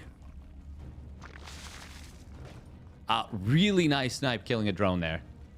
Really, really nice snipe. Will Rogue be able to get something on the other side? It is just a single Marine, so there is a chance that he can actually get this SCV, especially if Clem doesn't respond. Ooh, he did, but not immediately. Rogue will get into the main. Oh, the snipe on the Ling. Very nice job. Very nice job from Clement.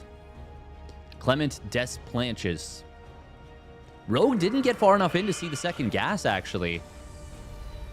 If he had seen that in production, he would have known that this was a 1-1-1. Which would be very good information for him.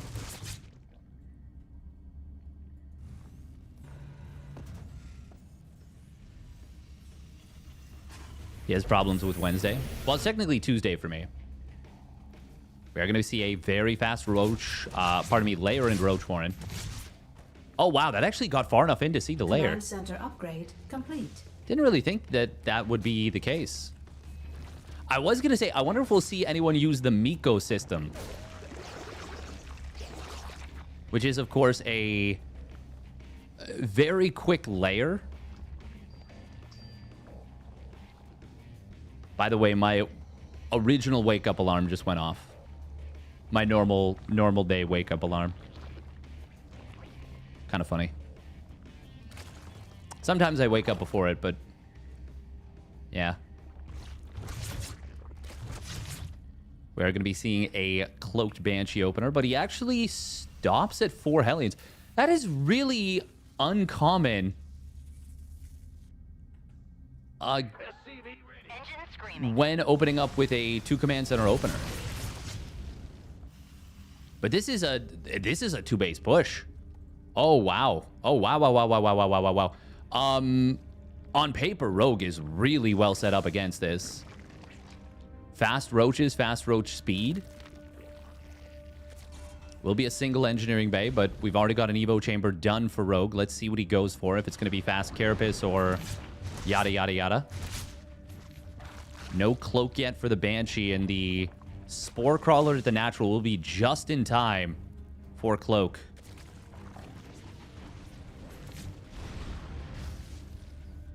Oh, he is getting Overlord speed. Yeah, part of the Miko system, the play from a laser, is that you get a very quick speed Overseer. Oh, this Overseer will... Oh my god, actually, we're gonna see like an all-in from Rogue, but it's gonna be an all-in into an all-in, or at least an aggressive attack into an aggressive attack. An aggressive attack. Yeah, we're just tripping all over our words. One of these days, I'm gonna get me letters right, but not this day. There's still a lot of drones here for Rogue, but not relative to what he could have at this point, obviously.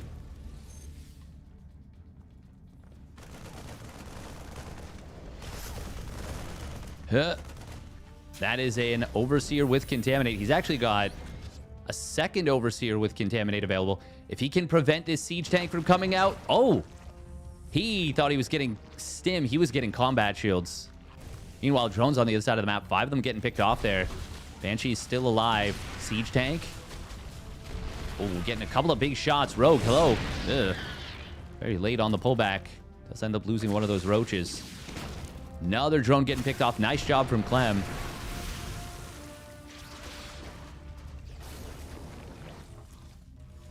Oh. Oh, man, these Banshees. These Banshees. Finally, one of those Banshees going down. Second one as well will fall, but it is the other side of the map where a lot is happening. Drones are being rebuilt, but currently Rogue is behind in workers. Just not a good position to be. Clem does need to break out of his own natural. He is trying to take a third CC. Interestingly, he's not going to take the pocket base, which does make sense because that's where the creep is currently. Was the second Contaminate used? I think so. Yeah, it was. I think it might have been on combat shields again. Here comes the stim. Oh, Rogue, got to be careful about his own biles. There are some well-placed tanks, but they're on top of each other. Where's the biles for those? Finally, they're going to come through. Will kill those tanks, gets a depot underneath. And Rogue is going to hold the position for now. Does he decide to try and proper hold it? Kind of. Very funny, by the way, that this one Overlord is barely dropping creep to prevent this command center from landing. Love to see this Overlord move over to the left.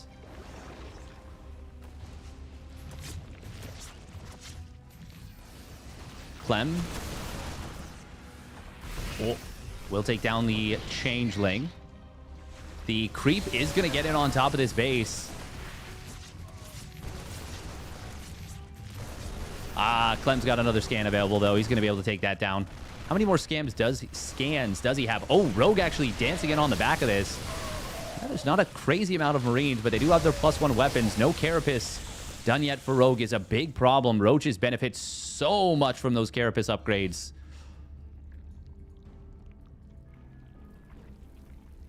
Particularly against Marines. They already have the base 1 armor. So the +1 weapons erases it, and the Carapace puts it back. Cutting down that Terran DPS by a big margin. Meanwhile, Hive is already actually on the way. Rogue up to 66 drones, about to be taking his 7th and 8th gases.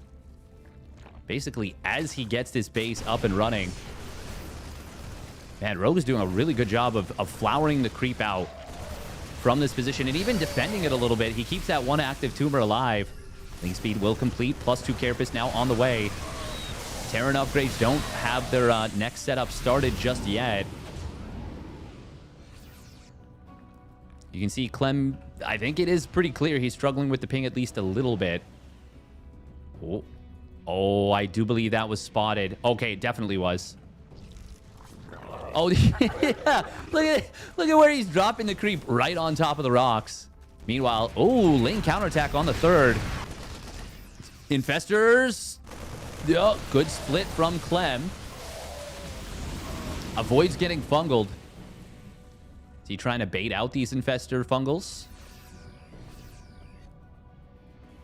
Lings will try and slip past. Once again, there is an Ultralisk Cavern on the way, as well as adrenal glands and a Baneling Nest. Rogue continuing to spread creep on the top right. God, every time I watch a Zerg player play like this, it makes me want to play again. I'm like, ooh, I want to do those things. I want to make... Oh, okay, never mind. It's all gone. It's okay. It was only like 2 minutes worth of work.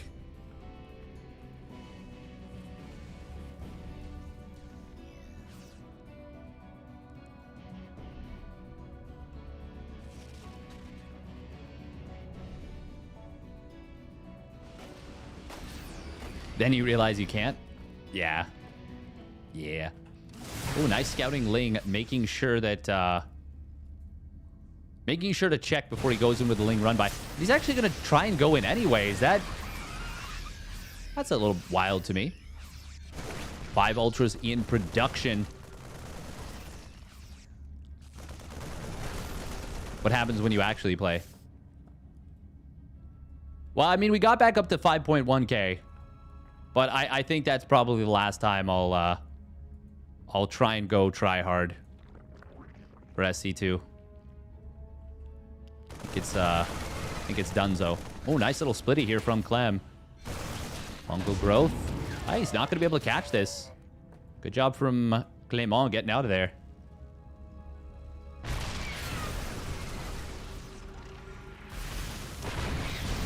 Got an attack on the bottom side at the same time. No Bane speed just yet, so the SCVs will be able to mostly get away. Only a couple of them going down to the Lings. Chitinous plating has completed. Clem's 2-2 is not done. This was a really bad timing to be a Marine. And it is still not great. But at the very least, it's just going to be the Carapace advantage, or the Chitinous advantage. For a little while, it was +1 attack versus +2 chitinous plated ultras.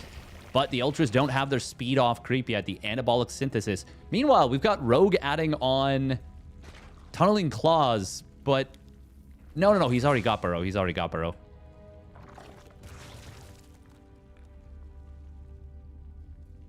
It's another 1k MMR. I mean, it's even more than 1k MMR. It's like another like 1300, 1400.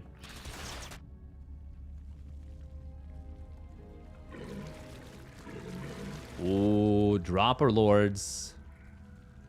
But it's not that many. We got 7 roaches and 5 lings.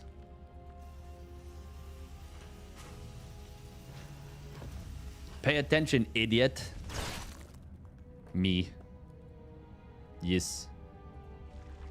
3 hatches coming in from Rogue. His creep spread, despite being very nice on his opponent's side of the map for a while, is actually not looking amazing on his side. And that's kind of a problem because... Actually, he really needs that Ultralisk speed upgrade. Nice kill on the Changeling. Clem is getting into 5 more CCs and a bunch of ghosts. Eensy little drop in the main. Gonna do what it can. Banelings. Oh, wow. Okay, they're gonna find a lot of damage on this mineral line. Oh, he's 1 Bane away from a Giga hit on this SCV line. How many SCVs is that deep in the red?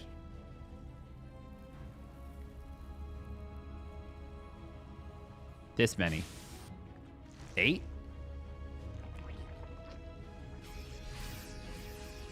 At least. Clem, though. Already replenishing a little bit. And I think more than anything, just transferring workers around. Oh, there's burrowed roaches here. Very cute. But with no attack upgrades, it actually takes them a while to kill SCVs. I want to say it's 4 hits right now. Yeah, because it's 16 damage. You're only doing 14 damage per attack with the +2 armor. So that actually takes 4 hits to kill an SCV. Even 1 missile upgrade would make it so that it's always 3. Oh, and he is actually getting 1 missile upgrade. That's so funny. I mean, I guess it makes sense. That's not why he's doing it, I'm sure. We're going to see Microbial Shroud coming through. Oh, he does have the Ultralisk speed upgrade now. They get this little, like, this little weird, like, air current behind them. It's very funny looking. Finally, the final roach getting taken care of. There's a Changeling following the Marine here. Rogue is now into his mass Changeling strat. Oh, you know Clem's not going to be happy about this. But it went from 24 to 3 in a very short period of time, so I have to assume tanks killed like 16 of them.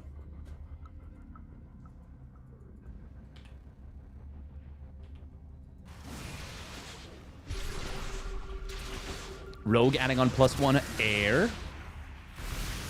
Oh my god, the command center survived on like 35 HP or something, 40 HP.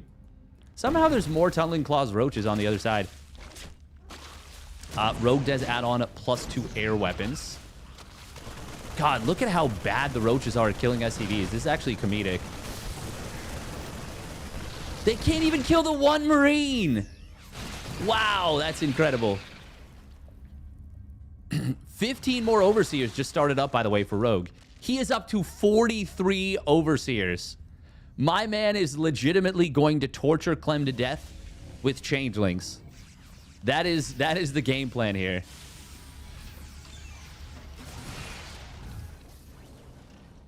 Do you think if you cast it in a leather jacket, you'd gain 500 plus 500 viewers? I would love to gain 500 plus viewers for something as simple as wearing a leather jacket. That's kind of funny that the Nidus Worm actually finished, but just decided not to go in. We do have a second Spire done and about to finish morphing into a Greater Spire. There's always time for 1 game. It's not that there's not time, it's that there's not patience.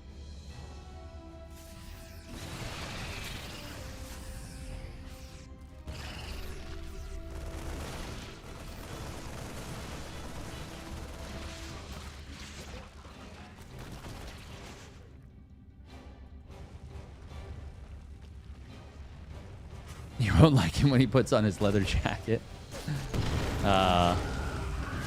Patience retired. He's still just one blink away from winning at GSL, you know? Damn, we're multi-boxing Nidai. We're Nidus maxing. How many okay, so are we gonna get to a point where Zerg players start building like 4 Nidus worms? God, there is just an unending line of changelings. Ooh, Banelings do get a couple of connections.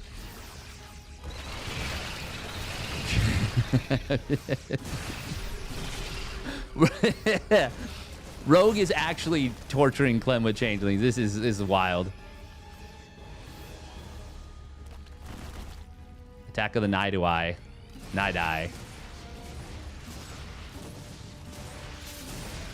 The funniest thing about this is that he's not even actually doing anything. He is just... Oh, wow. Oh, wow. He's now getting Clem to shoot his own units.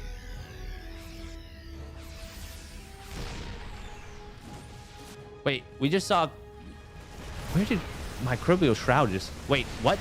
Amorphous Armor Cloud. Let's go. I love Amorphous Armor Cloud. That's really funny. God, we've seen so much nothing happening for so long at this point. I love it. I love ZVT in current year. Ooh, Burrowed Lings. Cute. I actually really do like that play. I think that's a super underrated play. Rogue is about to have +2 missile completing.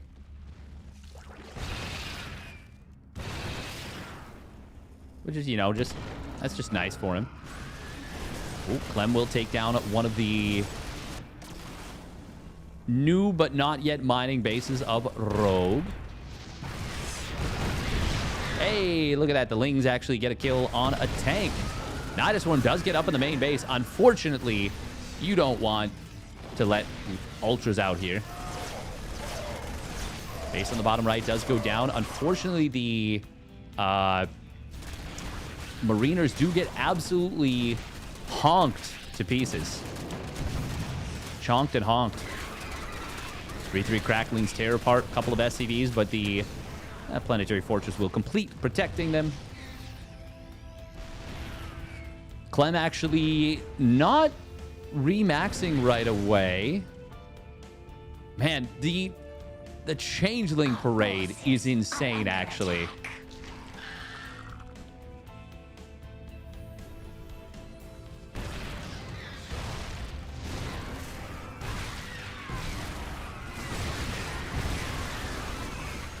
Rogue has still not made any progress towards winning, though, in a decent amount of time.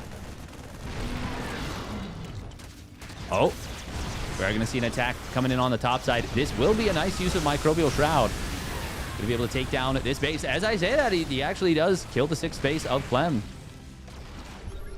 Clem is going to have a tricky decision ahead of him. Which of his 12 orbital commands does he use to replace the command center he just lost? The answer might surprise you. It's the one that's right next to it. Clem, oh, gonna eat a fungal growth. He did not realize there was an infestor under there. Under the cloud of 44 overseers. He's actually making it so Clem can't see anything. There's so many changelings on the field. There's more changelings than Marines. I'm certain of it. There's more changelings than Clem has units. Also, I just saw some Marines die. Clem didn't shoot his own Marines, did he? Oh, yes, he did. Oh, yes, he most definitely did.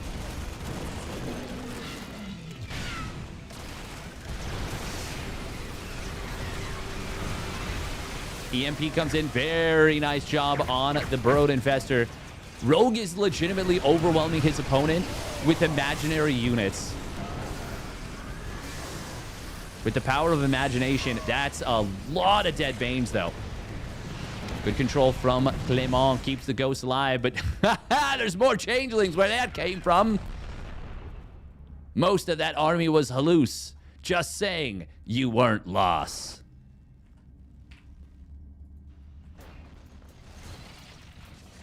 Rogue is now mining. Oh, wow. He's actually taken this base. This is a really good strat on this map specifically because it's a three-player map. And if you can just keep your opponent from ever moving out, well, they're going to have a bad time.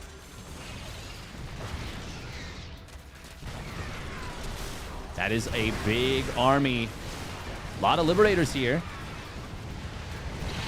Banelings do not want to be hitting Thors, but he will force the entire army back, and he kills the base.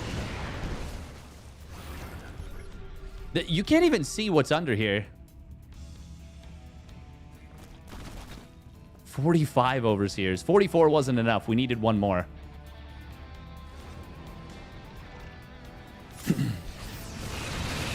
Petition to make changelings do damage. Oh, man. I can only imagine what Clem is currently experiencing. There's so many changelings. They're everywhere.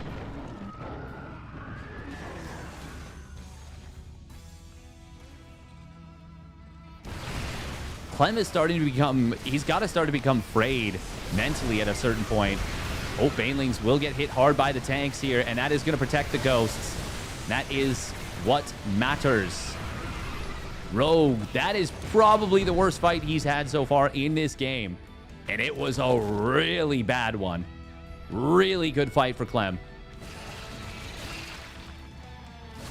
Funnily enough, Rogue hasn't touched the gases at these two bases.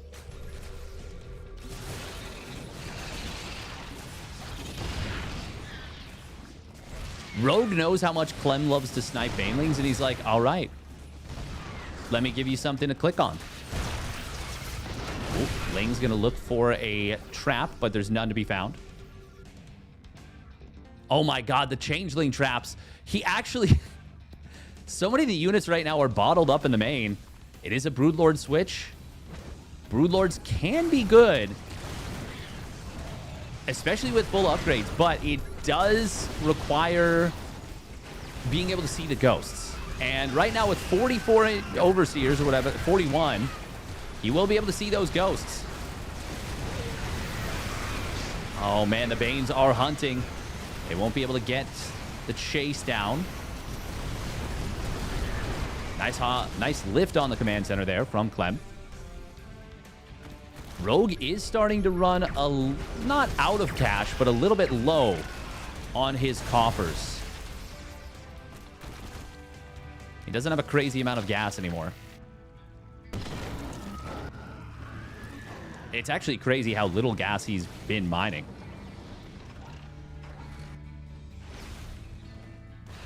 For a moment there, he has dropped below 1,000 gas in the bank. Oh, Chainling's actually trapping some ghosts now. Oh, Baneling's finding a lot of the ghosts there. And now Ling's in on top of the Thors. Thor is there. Thor is here, Thor is there, Thor is every freaking where. Vikings starting to come out. We've got 13 more Corruptors in production. This could be a good time for Vipers. But a lot of the Broodlord's going to fall. Clem with a sneaky Viking swap. Rogue is just not letting Clem take this sixth base. Not for any extended period of time. Clem now down to 31 SCVs. Means he's on 166 army supply. What are his air upgrades, though? Only 0-1. The Corruptors are going to kick the living crap out of those Liberators. Liberators and Vikings. This is going to be the most unfair fight you will see. Oh, man. Clem is going to get absolutely rinsed in the air. And on the ground, the Lings and Banes doing good work. God, 3-3 Corruptors against 0-1 Air. This feels like when my Broodlords with their 1-0 go up against Thors.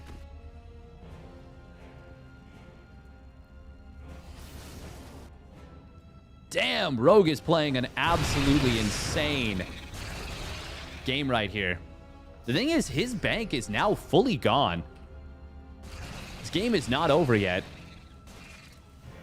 Clem is muling the living crap out of this 6th base now that he's gotten a little bit of time to take it. But we're going to see more and more Lings flooding it on top of this.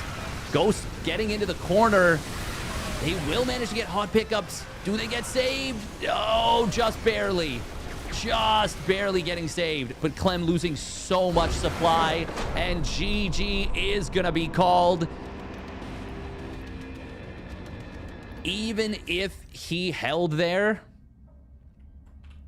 I don't think he was going to be able to continue to hold long term. Wow. What the game from Rogu. He must have made 1,000 changelings at minimum in that game. That was super freaking cool.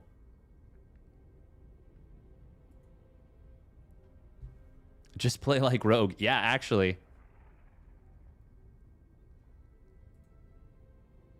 That was frustrating to watch for me, and I'm a Zerg that is like, oh, these blah blah blah blah blah blah blah blah blah blah. All right, next up is going to be another TVZ. Can you believe it? Another TVZ. 2 in a row. We're getting spoiled. It's going to be Rogue versus Beyond.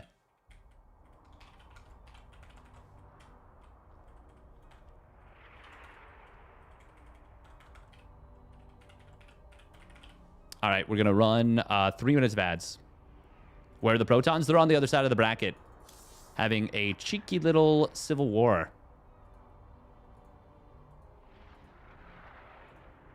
We'll win this best of 3 ZVT. Rogue or Beyond. Hero up 1-0 over Classic. Ooh, not bad. Not bad, not bad.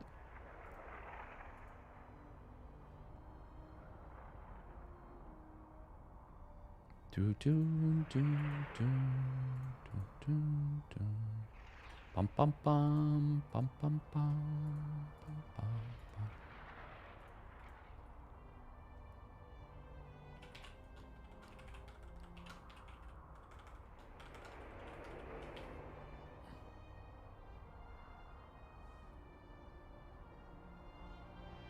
All right, we're going to be right back.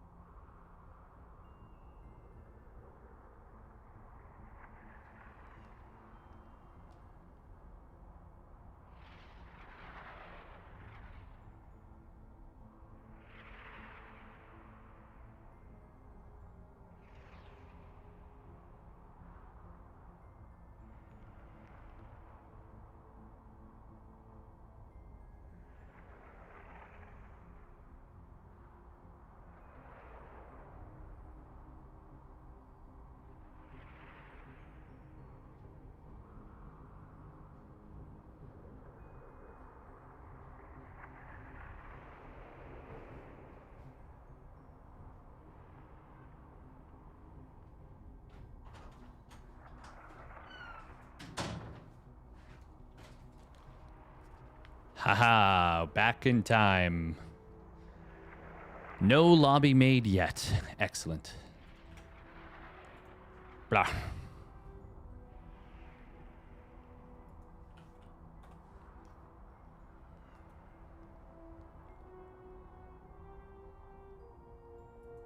Oh, I think there's a clean feed. Where is the clean feed?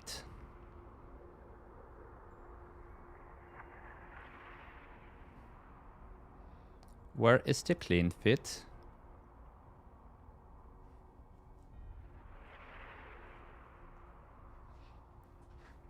Boop, boop, boop, boop, boop, boop, boop.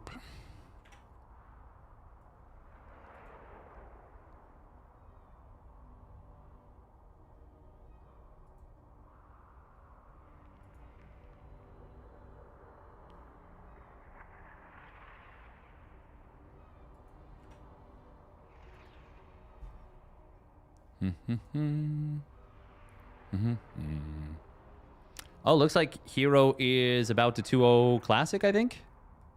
Oh, yeah, it's over. I think? Yeah. Yeah, it is.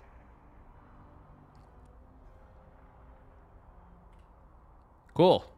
Yeah, so we don't need to bother finding a clean feed. All right, so herO making it into the finals. Not gonna lie, that's also kind of what I was rooting for. It'd be cool to see Byun win another one of these weeklies.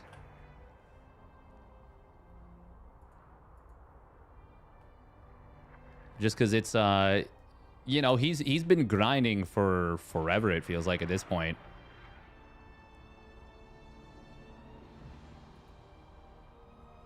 Thank you, Britt Caron, for the follow.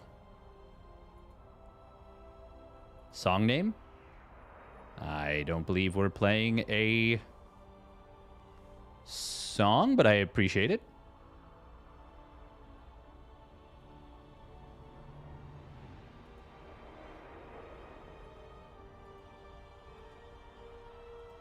The British are coming. The British are coming. The British are coming. Welcome, welcome. Hope you had a wonderful stream. Taking a quick peek. I see you are a WoW streamer. Nice. Playing a bit of TBC Classic. It's a good time. Good time. Song is Darude Sandstorm. Darude by Sandstorm, of course. Yeah. Yeah. Massive long-term WoW player. It's, I think WoW holds a special place in a lot of our hearts. I know it for sure does for me.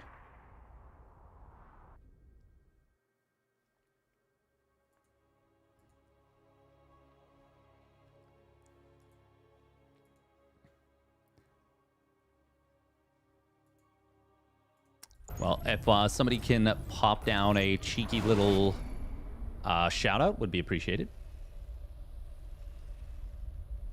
Classic WoW and SC when Blizzard was great. It's true. It's true. Back before the merger and yeah, all those times. All right, here we go. Spawning down on the bottom right. It is the Shopify Rebellion's Byun in the blue, and his opponent spawning up at the top left. It is Rogue in the red, who just completed an outstanding victory over Clem there. The mass changeling, man.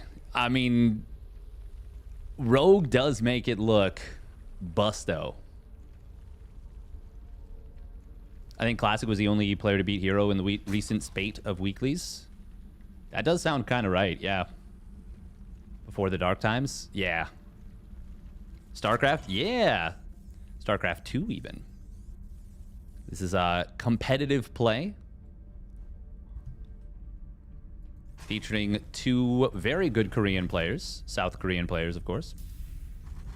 Byun, a Reaper aficionado, Oh, and he's not going to be going for just a 2 racks Reaper pressure. It is going to be a much more committed 3 racks Reaper. So this is vintage Beyond. If you haven't watched StarCraft 2 in 10 years, let's say, well, some things never change. And that is Beyond and his love of Reapers. Although, actually, I guess for a while, Beyond was doing the 2-1-1 in ZVT. Like, every game. Every game.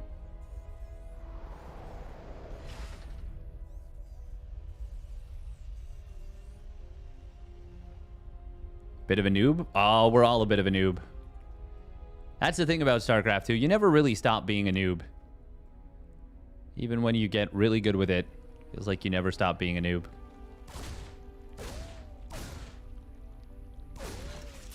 One of the hardest games, I think, or most punishing at the very least, games out there. Now, of course, behind this, Beyond will expand. But he's going to see what he can do. Good micro from Rogue so far. He did open up with 6 Lings. He has gone for the fast Ling speed here, and he does drop the 3rd hatchery, but...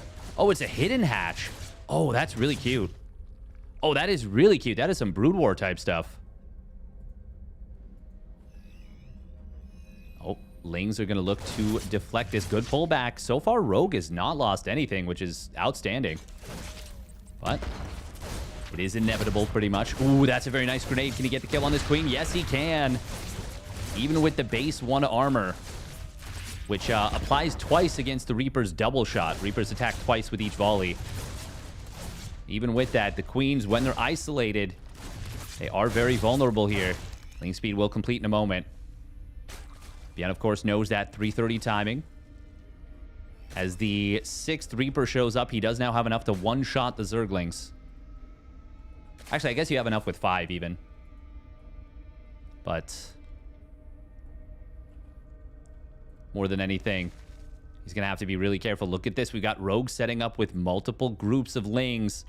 A little crouching tiger, hidden Zergling on the left side here. SCB ready.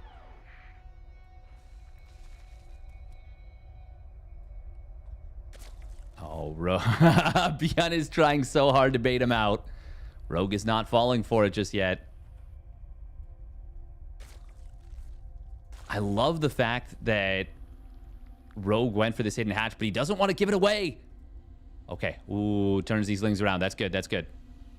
That would have been very unfortunate if he had given that away. Queen goes down, and Rogue is going to pull the trigger. Beyond will try and drop grenades. Oh, can Rogue get the cutoff? He does on a couple of those Reapers, but this is going to be tough. He needs to kill all these, and they should be able to get taken out here. Oh, that is going to be Beyond actually slipping out of the surround. He kind of hacked himself out a retreat path, but actually, hang on. There's enough Reapers here to still potentially...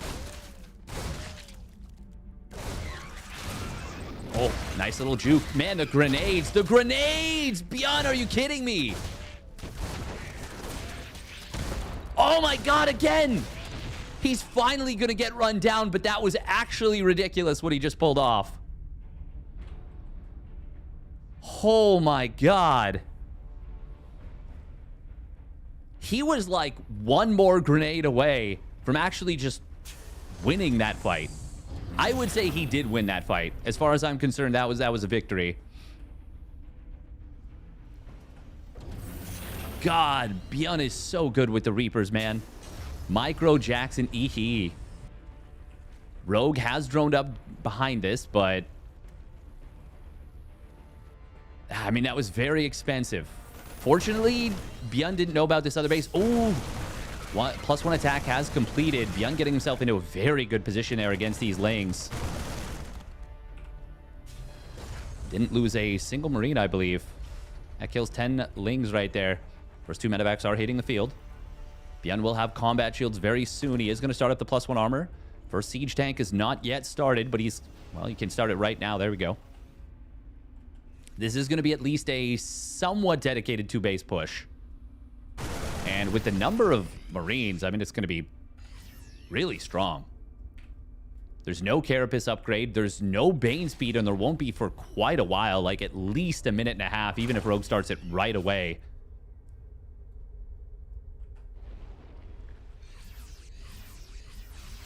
Byun, Stim, combat shields, +1 weapons. Time to click some Banes. He gets 2 of them right away. Gonna be able to get another one. I think Byun can do this right here and now. He gets the 2 more of the Banes. The other ones do connect. That might be enough for Rogue now to overwhelm this, and yes, he will force it back. That one little Baneling connection ends up being enough. Of course, Byun out in the open. Won't be able to win the game right here and now. He does have a tank showing up, though. Oh, man. The fact that Rogue built this hidden base and has mined so much from it is just gigantic. Byun finally building a 3rd CC, but he is now going to see... Wait a minute. Why is there a creep tumor coming from the bottom? Those are units you just built. Ooh, big tank shots on the Banes. There's still potential for Byun to get a lot done here. He wasn't able to click down the Banes. He got 2 of the 3. But the 3rd one forced him to pick up, and that will give Rogue a little bit of a respite. We're about to have +1 armor completing, which is going to make the Marines even stronger against the Lings. 1-1 just starting here for Rogue. Medevac almost getting targeted down. Did get saved. Bane speed will complete, and that's going to make it a lot more difficult for Byun. Oof. Bane does get killed, but it will be in range of a couple Marines. Takes him down. Byun, though, he is really putting on a masterclass of micro. Oh, very nice target fire there. Takes down the last of the Banes, and now it is just Marines left over, and he will get the job done. Rogue not able to hold on. I mean, to me, that goes back to the Reapers. The Reapers getting away and just taking such a toll on the Lings. Even though he ultimately did kill all of those Reapers, that just feels so bad to lose so much.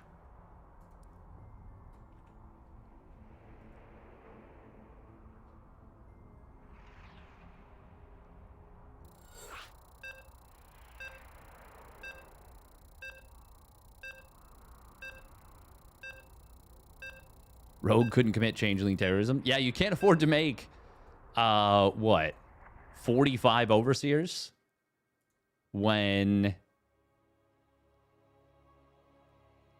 you can't get past the 9-minute mark. Or you can't get past even, well, not even far into layer tech. Dread it, run from it, Byun. Marine tank push comes all the same. It arrives all the same.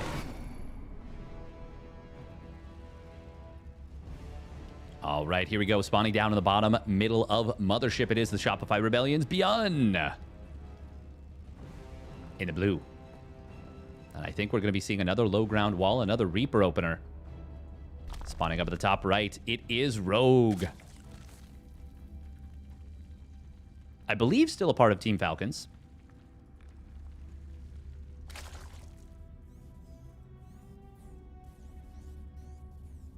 I believe.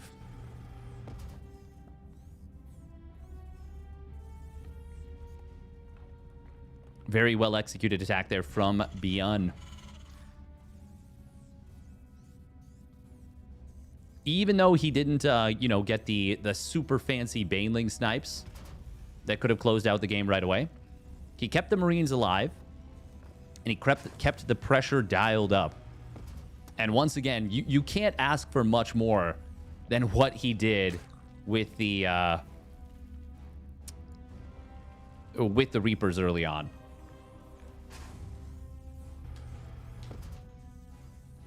Outstanding moves. He's going to go 2 Rax Reaper this time. I wouldn't hate him going 3 Rax Reaper again, honestly. I mean, I would hate it if I'm Rogue. But I don't hate Byun doing it.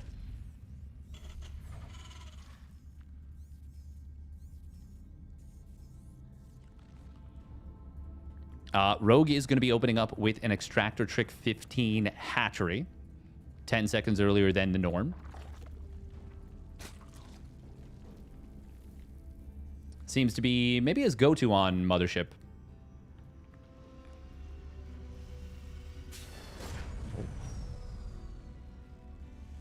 We'll see how many Reapers Beyond decides to go for here. Just 2, it looks like. It's going to be 2 Reapers into a very quick reactor. Interesting. Interesting.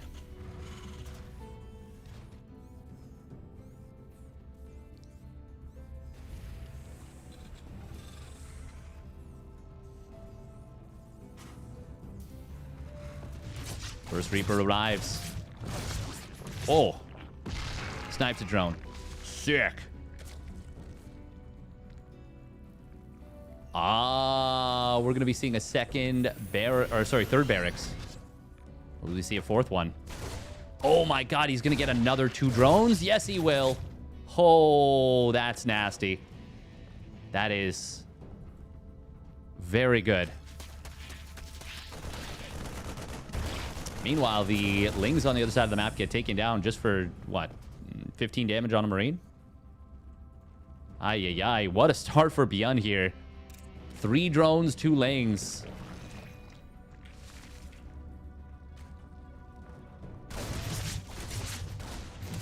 Oh, Beyond tries to get the bait with the second Reaper. Unfortunately, it was such an effective bait.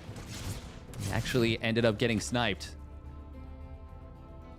Yeah, that was not a great move because it's obviously really nice to kill a creep tumor, but when there's 2 placed down and there's 2 queens covering it like that, it's a risky play. It's a risky play. Now, to be fair, if Rogue doesn't have ideal micro, he gets away. Can he get the creep tumor here? No, not quite. It was a good grenade. It knocked both queens away. He wasn't able to do that. We are going to see a Roach 1 coming down. And double gas. It's a very fast layer. Is this going to be a similar play to what we saw in the previous game? Well, Rogue saw the 3rd barracks, so he knows that there is an aggressive attack incoming.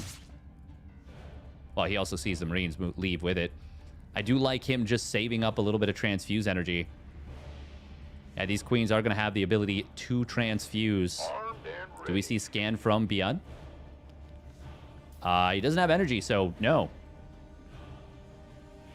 A lot of roaches being produced. Combat shields not quite done. Oh, Roach does get transfused up. Nice grenade. But second stim is used. Oh, no transfuse available to save that queen. Just now, this one queen does have the transfuse.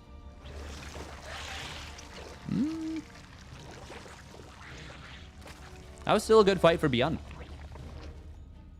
7 roaches and a queen for 10 Marines and a Reaper. Against a 2-base Zerg? Yeah. Worth. But Rogue now has his 3rd base done. Beyond is still on 2 bases. As we can see, he's about to start his 3rd CC. Shazam.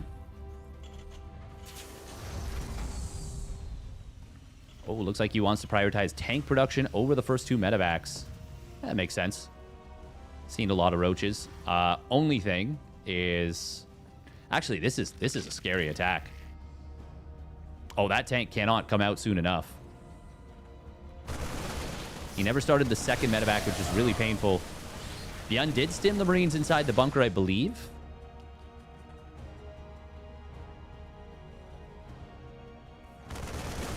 Oh, maybe not. Siege tank is now out. The repair is not going to be able to keep this bunker alive. But the Marine count might hold this. Marauder does get taken down. Corrosive Biles will get avoided. And now the first medevac is out. Second one. Oh, it will pop out in a moment, actually. Okay. Rogue is only on 40 drones. Like, this This is not enough so far, in my opinion. But he is droning out of it. Byun has completed his third CC. No orbital command just yet. He's focused on unit production. Yeah, he's not adding on additional add-ons. There we go. Now as the army retreats, adds that orbital command. I'm sure we will be seeing a couple of add-ons. I wonder if he goes for tech labs. Normally, I'd say never. And I still don't think necessarily he should. But it wouldn't... Oh, it wouldn't be the craziest thing. And there we go, 2 tech labs. Okay. We going Marauders, baby. We taking the Marauder train to Valhalla.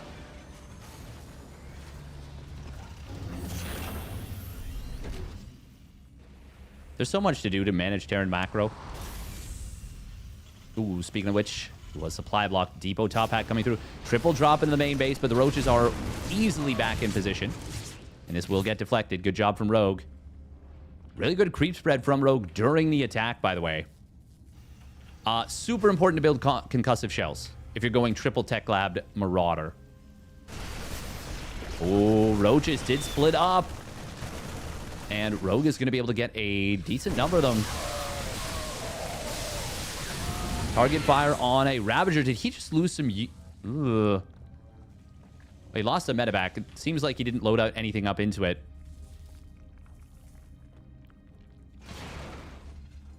Still no concussive shells coming in. Despite the fact that we're up to now... Well, I guess that's not crazy. 5 Marauders. But yeah, 3 more on the way. Okay, canceling the +1 melee. It will be missile. Coming in for the roaches. Oh, look at this. All the tech at the third base of Rogue. There we go. There's the concussive shells. 4 infestors being added in by the Zerg. Third base for the Terran player is now landed and mining. And that will give Byun a solid mineral income advantage. Oh, Changeling does see this army. That is a really freaking good Changeling. 1-1 has now completed for Byun. Oh, there's another Changeling in here. Oh, it looks so natural. It looks like it's a part of the army. That's a big fungal. He didn't see the army, but the army saw him. Giga fungal growth. Corrosive Bile combo. And that is an extremely good fight for Rogue. Oh, man. That is so good for Rogue. Oh, no. Byun doing the +1 armor, or +2 armor. Ah. Oh. Liberator on the top side. Oh, we've actually got Bane speed being added in. That is a lot of tanks here still for Byun. He's going to get 5 drones with this right out the gate. Meanwhile, Ling's on the third base, going to get a nice little run by. But Byun going to start creeping forward with these tanks. And Rogue is going to need to fight to protect this base, but he doesn't have fungals available. However, he will corrosive bile down the frontline tanks very quickly. Third tank going to get taken down quickly as well. That's not bad for Rogue, but he doesn't have enough. He doesn't have enough units. Didn't have enough mining. And Byun will crush through. Just way too many tanks. Way too many tanks, way too much bio. And not enough frontline to protect those Ravagers.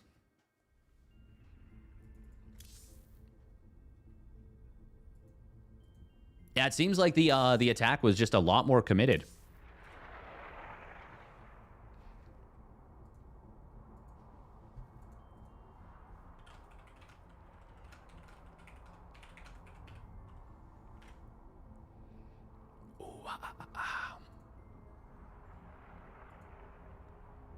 All right, quick minute and a half of ads.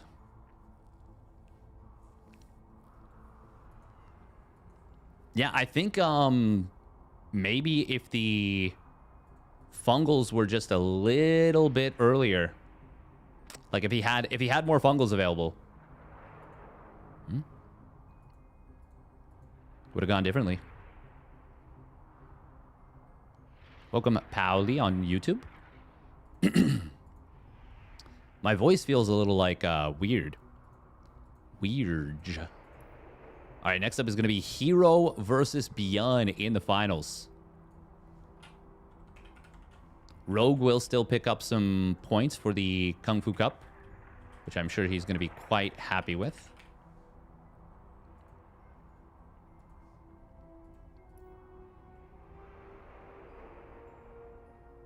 But probably not too happy with losing 2-0 there.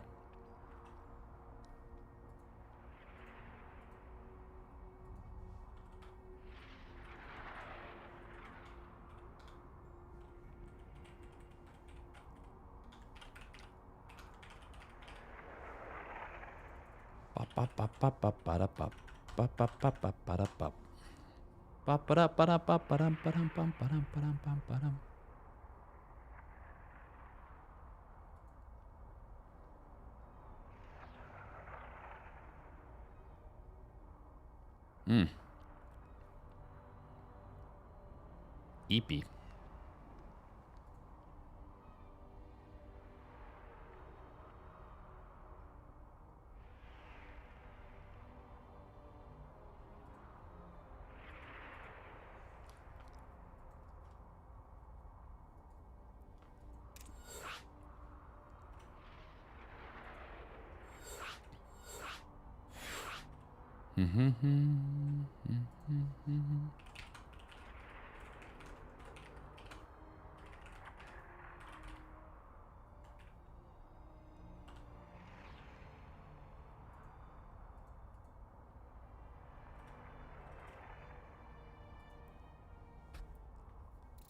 Bum bum bum bum bum bum.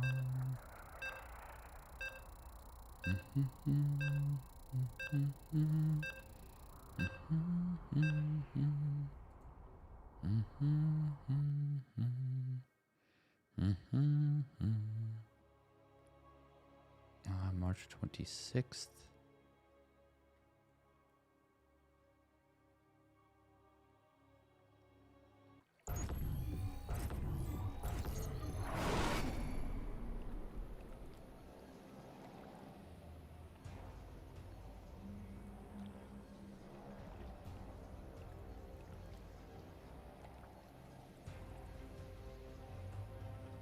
All right, here we go. Grand Finals.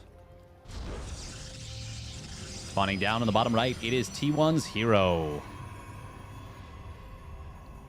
In the blue. And his opponent spawning up the top left, it is the Shopify Rebellion's Beyond. In the red.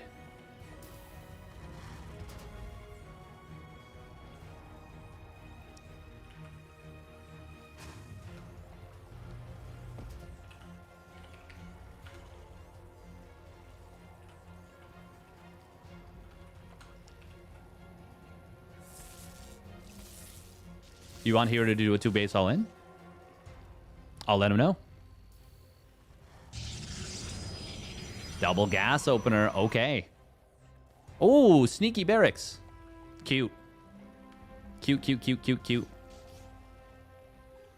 If herO doesn't... oh, no, he's going to scout it. Okay. Good stuff, good stuff. Beyond's done this recently.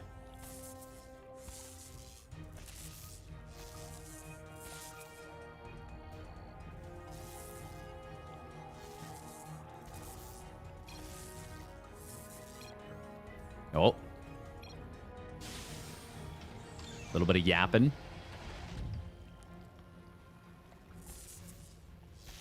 Oh, God. That SCB taking a beating. Oh, hey! Nah. That's funny. Got him. I don't know what that said, but I know they're friends. Oh, they're definitely friends. Yeah, this is all banter for sure. It is going to be a Stargate opener.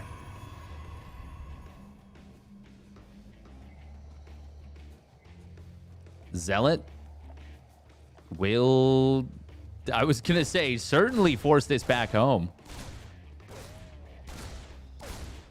He's going to be able to hide in the bushes. But it's a long set of bushes, and that is actually bad for the Zealot, because that means the Reaper can get to a position. Oh, good control from both sides. Means the Reaper can get to a position where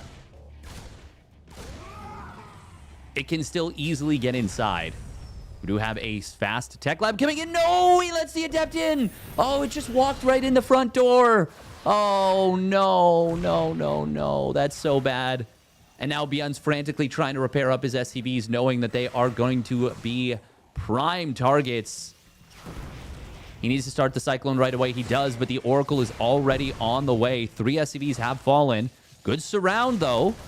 Okay. Cleans this up. Oracle number 2 is going to be chronoed out. Did the Reaper manage to get across the map? No, it didn't. So he's got no idea. If herO actually saved the Oracles, this could have been even worse for Beyond. It doesn't rally the correct direction, which means that the Oracle will be able to find at least 2, maybe 3 SCVs. No, just 2. But he gets away without being locked onto. No, he doesn't. He didn't go far. Ah, herO, no. Why would we do that? There was a fucky wucky. Oh, that was a big fucky wucky. Oh, man. He could have recalled, or he could have potentially just gotten out of range completely, but... well, that's a rough one. Very fortunate for Beyond. Beyond needed that. Even still, losing 5 SCVs early. I mean, this feels really bad for Beyond. But it is worth noting this was a big commitment from herO. Like, he delayed his Nexus a lot.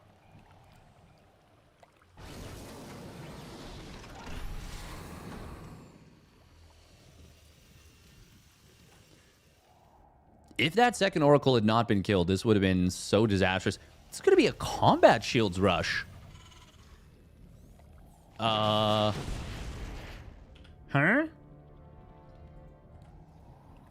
herO will open up with charge.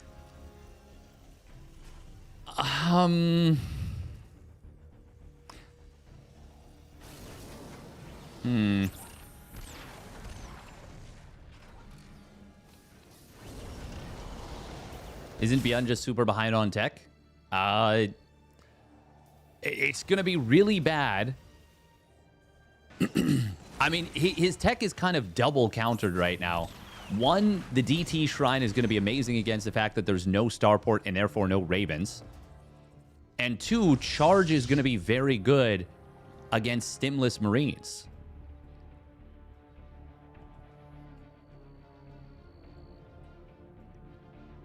The main problem is that there's not a lot of gateways.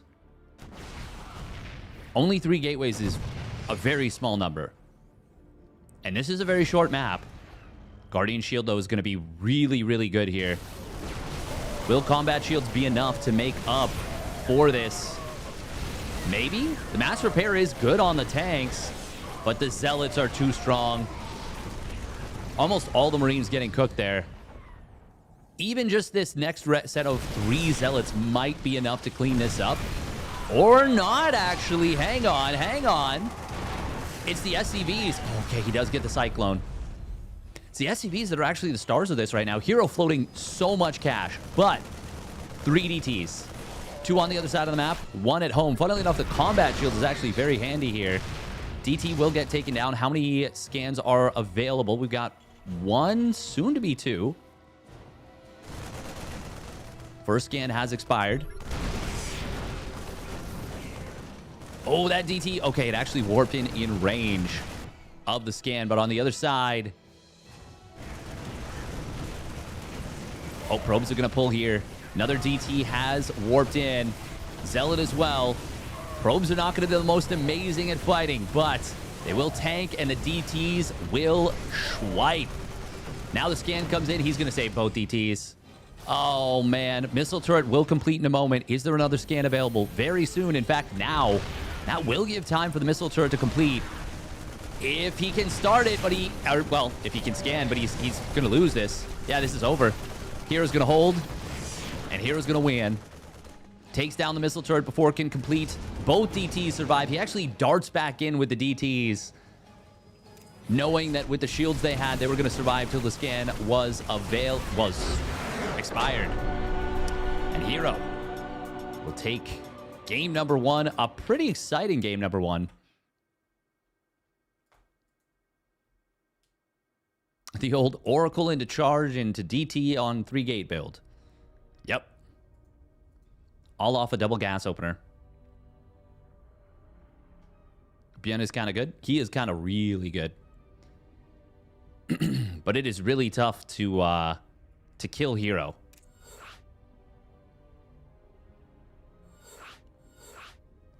herO is maybe the only player in the world that has such ruthless disregard for his own probe safety.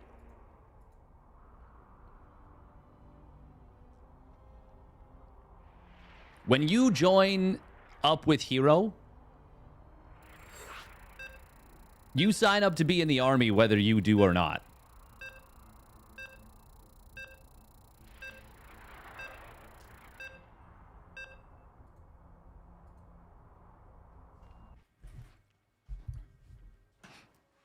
You are a battle probe, whether you want to be or not. All right, quick 30 seconds of ads. Game 2 will kick off. Don't worry, you won't miss anything. Everybody loves herO. It's true. How do you not love herO? The smiling assassin. Assassin. All right, here we go. Spawning up at the top right. It is T1's herO. In the blue. And his opponent spawning down on the bottom left. It is the Shopify Rebellion's Beyond. In the red. In the red. It's him. Gas first out of herO this game. Okay. Already mixing things up heavily in this series. Super cool.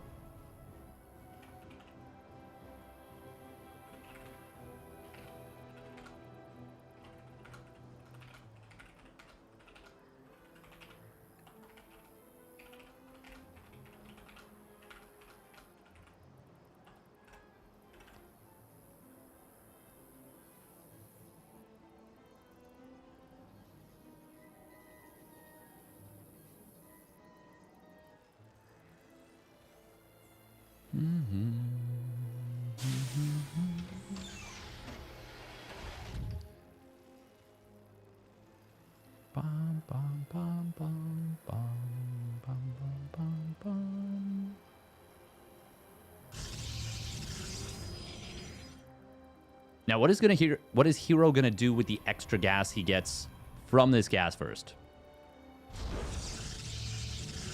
It's a good question.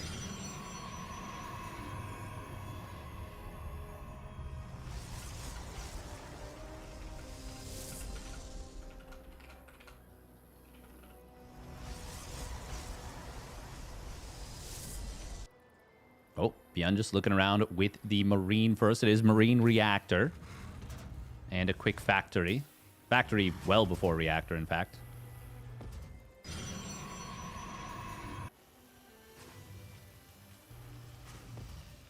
Yeah, now getting up to the second gas. It is going to be another fast Stargate.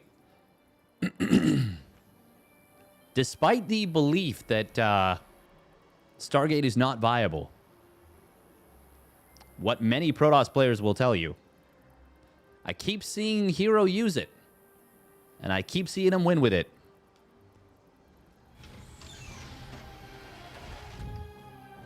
It's crazy.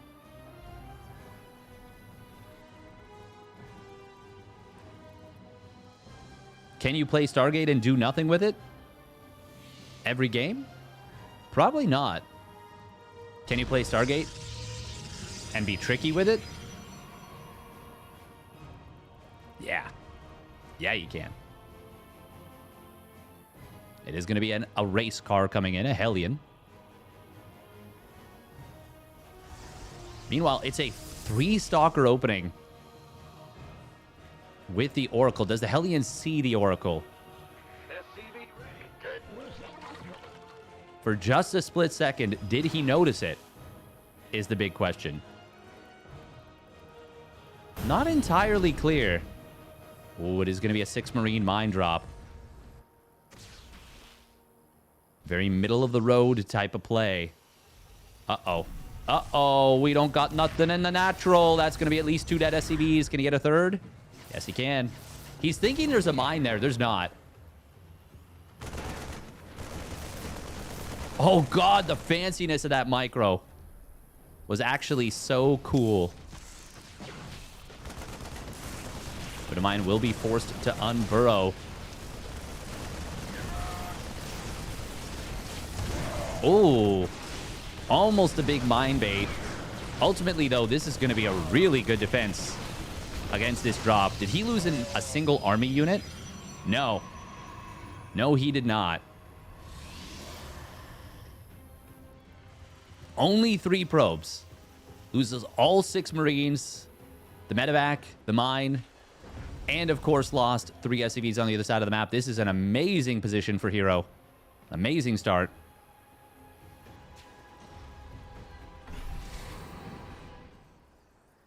Siege tank's not yet out. There's no bunker.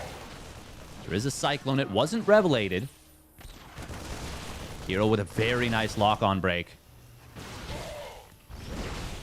Raven. Oh, this is actually kind of nice. The Phoenix ends up getting baited in. Do you build another Phoenix here to try and hunt down that Raven? Anyone else, I'd say absolutely no chance, no shot. herO, he might.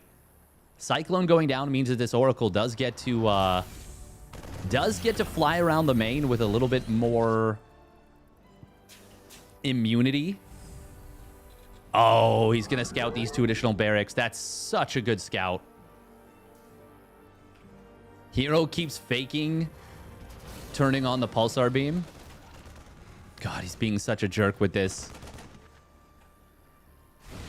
And now he's going to actually dive in on top of the tank. Beyond was quick with the SCV pull. Not quick enough. Losing a tank here. herO recognizing that is one of the most valuable things he can do. With Blink about to complete. Now the Oracle gets in. It gets another 2 SCVs. Not just with Blink about to complete, but the fact that this is going to be a 2-base all-in. Oh my God, he's going to get stim. Ah, it goes down. 85, 90% done. Baited by the Oracle completely and totally. And behind this, yeah, GG is going to get called. I was going to say, 1-1 and charge are going to be done in time for the push. Byun says, nah, I'm out.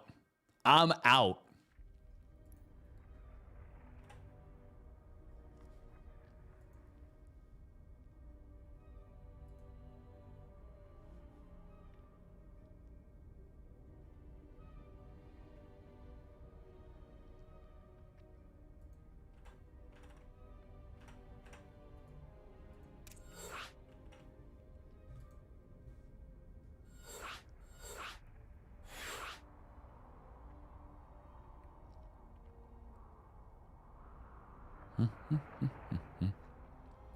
Pop, pop, pop.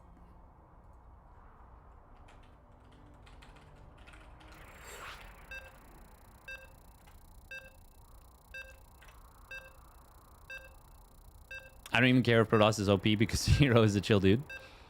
I will say it is... herO is like the way he plays makes it so that I am never like sad when he wins, you know? Like it's so fun and entertaining and mythical the way he moves his units around. Like the Oracle bait was so sick. And look at this, he's up 2-0 in a series. He's not going to rest on his laurels. He's going to send a probe right onto the map. Spawning down in the bottom left for T1, it is herO. In the blue. My champion. Spawning up at the top right, it is Byun. In the red for the Shopify Rebellion. Can he find a way to battle back?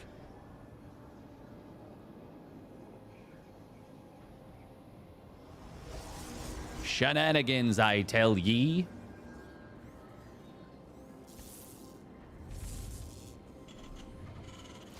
herO plays the way that, like, I'm always saying you should play on paper, you know? Like, with such a ludicrous level of reckless abandon.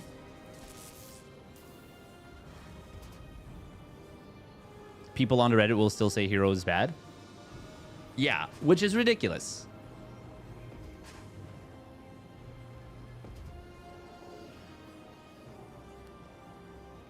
The one that's caught on is that he's the world's greatest diamond player.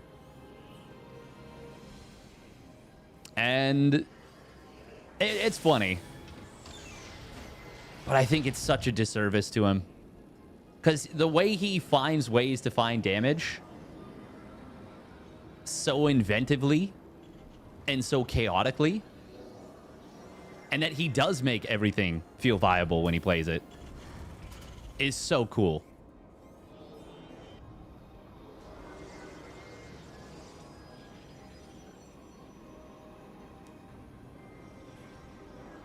I'm going to say something that is... Oh.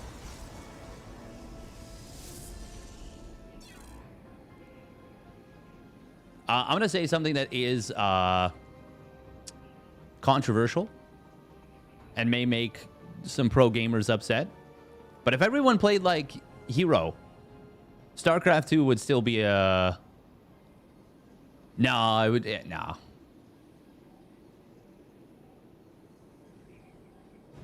It would be a bigger esport, for sure. SOS Macro and herO Micro had an SC2 love child. I don't think SOS's macro is like... I don't think it's bad.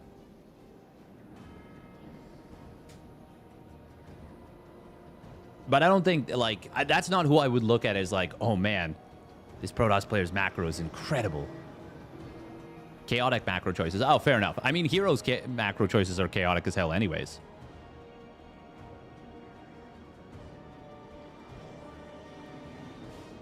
Rain macro, yeah. That's the one that people will probably point to.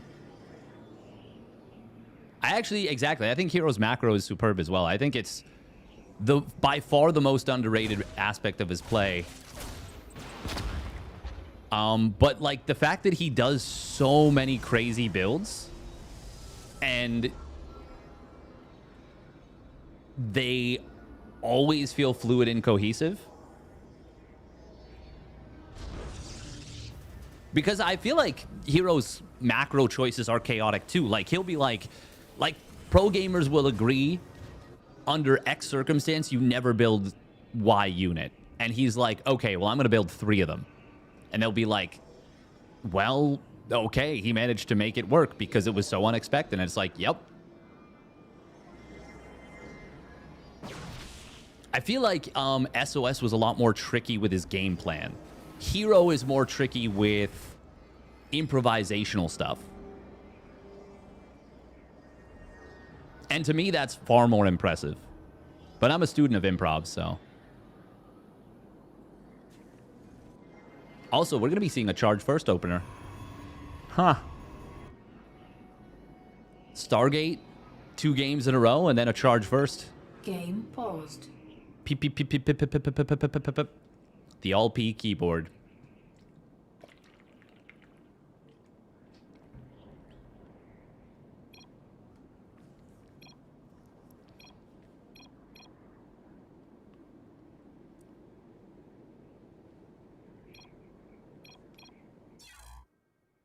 Oh.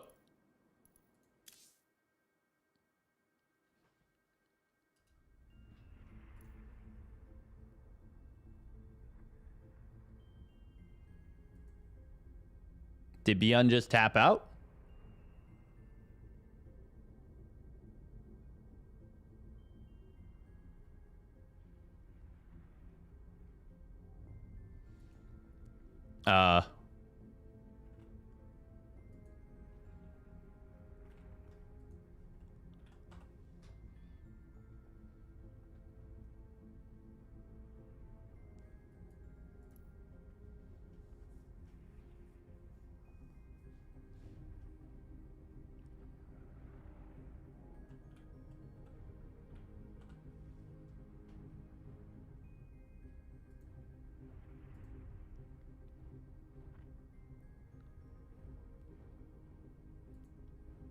I don't actually know what happened there. I think they're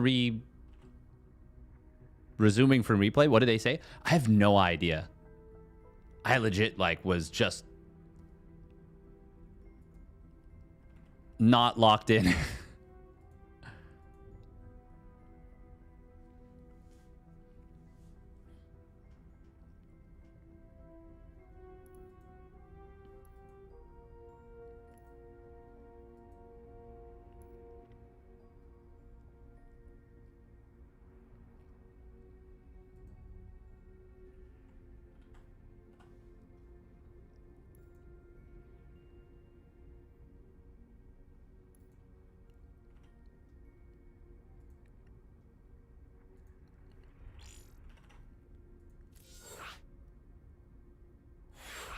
Okay, I think we're all in the correct lobby.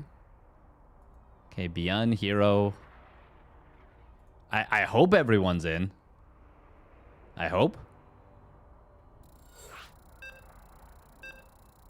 All right. We're resuming from replay. Fortunately, we weren't far into the game. Beyond's dog chased his cat onto his keyboard.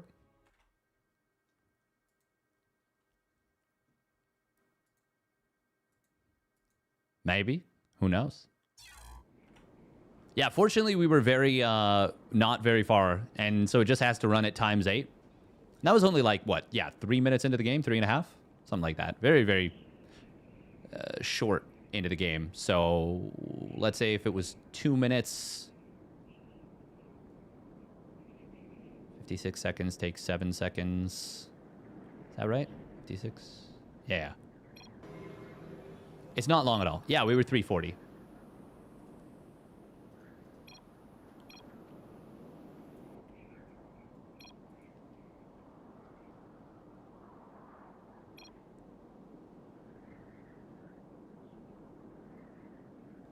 Who has...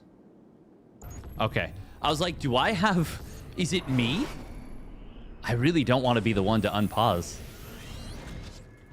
Beyond was so ready to swap that starport on. It's actually going to be really difficult to get back into a game right away. There's a shield battery here. Text will fade just in time for the first bit of action. Oh, 2 more gases. Okay, we go into base. Storm. Storm. Beyond feeling compelled to build a bunker. Bunky the Bunker going to slow down his build a little bit.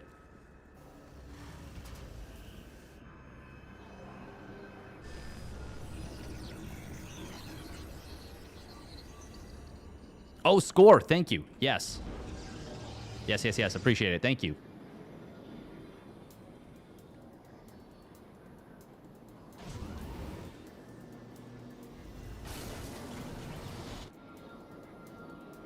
There is the Templar Archives.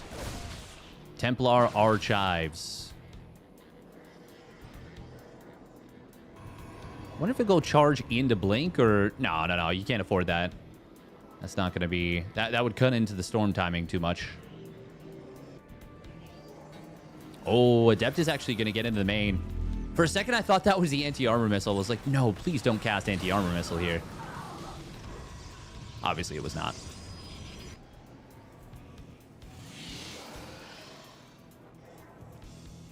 I do feel like it's a bit of a bad habit, and it's something I do when I would play Protoss.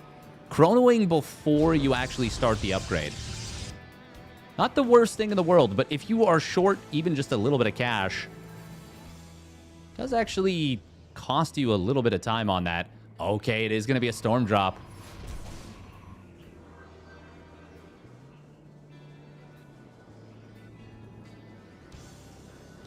With Chrono, Storm gets out fast. Oh, does he see the Prism? I think he will chase this down just barely. Oh my god. Oh, poor Beyond. Poor Beyond. Now he's got a well-placed tank here. And a well-placed tank here. And fortunately for Beyond, this tank is actually... The turret is facing the right direction. Turret. Not turd. Oh, very quick SCV pull. That was clean from Beyond. Only loses 3 SCVs. Obviously, a lot of last mining time, but that was so sick out of Beyond. herO, though. Oh, I mean, he's going to have so much Storm. Nice feedback. Going to prevent additional stuff. Oh, that's a nice lock-on. Gets the kill on the High Templar. There's still 2 Storms available, though. Really good pre-spread from Beyond. herO has the Prism. Oh, another good Storm coming in. But the healing is pretty darn nice. Re-engage coming in from herO. Oh, what a mine. Oh, my God. It got diffused. Storm is going to land. Is there enough for Beyond? It looks like there might be. Archon can get some big volleys, but it's not going to be enough on its own. Zealots are going to try and warp in. We'll be able to take down the pylon powering that battery. Prism going to try and juggle some units. We're juggling Zealots as they get hit. Templar.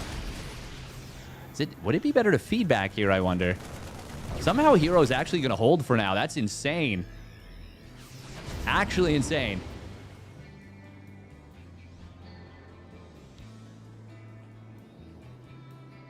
How many gates we up to? 7 gates. He's got a pretty solid amount of production. Oh no, that being a slow warp pylon is so painful. Energy recharge has already been used. Storm drop back in on top of this will be helpful. Nice hot pickup from herO. Oh my God, super sick. Saves all 4 High Templar. Stalker's going to warp in. Not quite able to get the kill on those Stalkers. Another attack crossing the map. Prism is crossing the map here with all 4 Templar inside. That is the entirety of herO's Templar right now. I don't know how many Storms there are available, but it's got to be at least 4 or 5. Beyond is landing his 3rd CC now. But herO held inexplicably. Storm drop coming in. Oh my God. He dropped so many Storms. Oh, he's not going to get out. He's not going to get out. 4 Templar down. 9 SCVs and some lost mining time is not worth 4 Templar and a Prism. Now, herO had a pretty solid eco advantage before this. Those Storms were so disrespectful.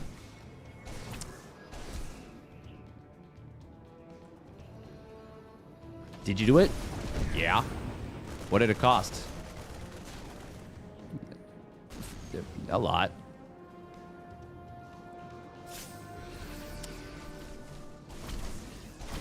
Everything. All that for blood. No, that's a terrible Thanos. I can do better. Well, gorsh.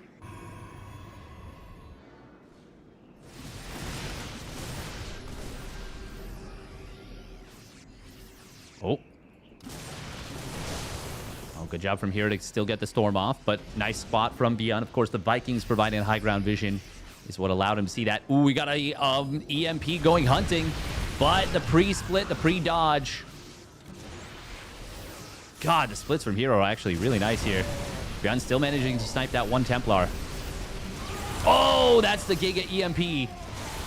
Storm is still able to push this back for the moment. And that's all the EMPs used up, I believe. So he wouldn't have anything to deal with the 2 warped in Archons. herO now taking a supply lead. He's 80 probes to 57 SCVs. And we're about to see +2 weapons completing, as well as is that the 3rd Colossus? No, just the 2nd. But extended thermal lance also coming online.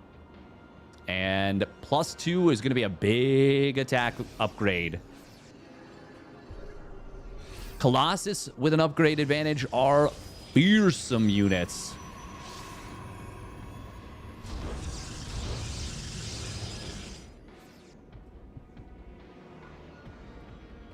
Extended thermal lance. Uh-oh. Uh-oh. herO moving very far out of position. Nice EMP coming in from Beyond. Of course, his Ghost have generated a little bit more energy. Oh, one of them says never say die and immediately collapses in a heap.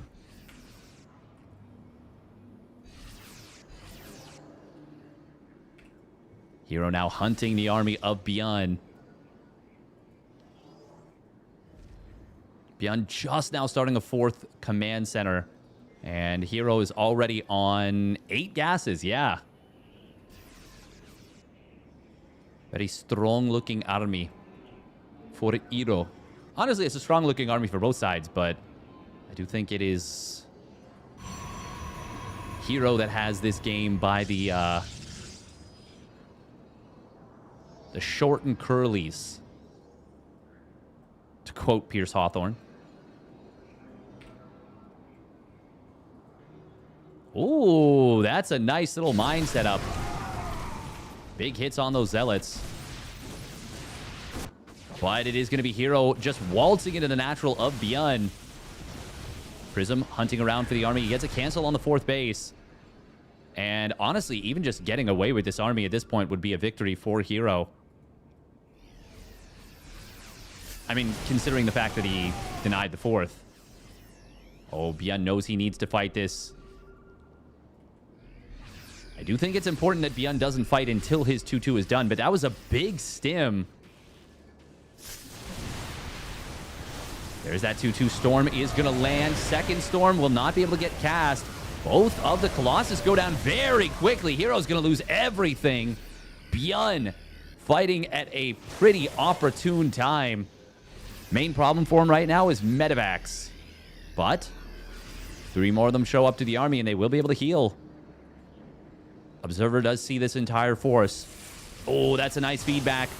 That's a really good storm. God, this Observer is actually so clutch for herO. herO's getting 2 more Stargates.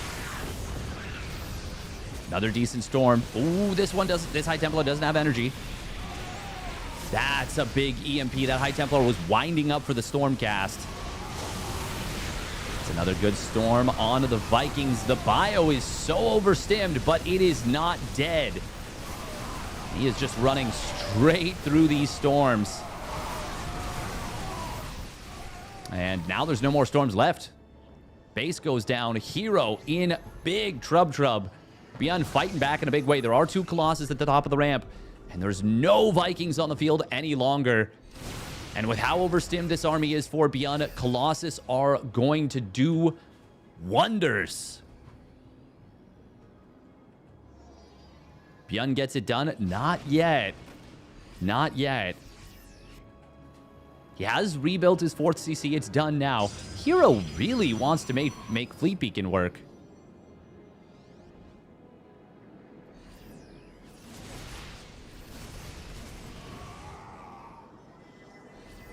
How many? Okay, we're up to 8 medevacs. Oh, feedback on the Ghosts. herO will complete +2 ground armor. That's going to give him officially an upgrade lead. 3-2 versus 2-2. But Beyond is closing in on his own 3-3. Snipe going to be able to find a couple of units in the back of the army, including a higher energy Ghost. That's a nice pickoff. There are 9 Ghosts on the field right now. Oh, EMPs on the Stalkers. Well, pretty good. But herO quickly reacting, getting out of trouble. Trub. 4 Colossus, by the way, for herO. And he is now going into Tempests.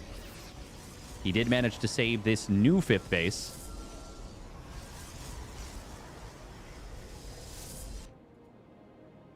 Oh, and now we got a mothership on the way. Beyond has survived to the Terran power spike, by the way.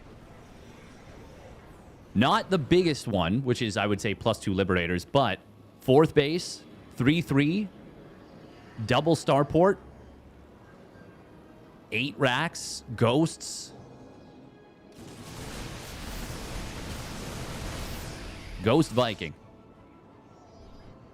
Now he's got the upgrade lead. And he is going to be getting those late-game Engineering Bay upgrades.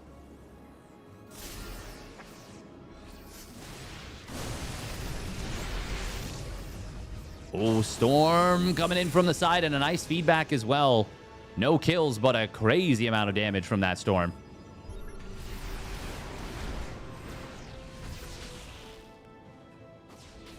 Hyun having to be very careful with his stims after that Storm. Medevacs are going to need the energy upgrade, even with 9 of them on the field. They're getting a little bit low on energy. Well, some of them are. Not all of them. But you do want all 9 medevacs to be able to heal. And since some of them... Oh, no! Oh, Byun just shot his own medevac and loaded up into a different one.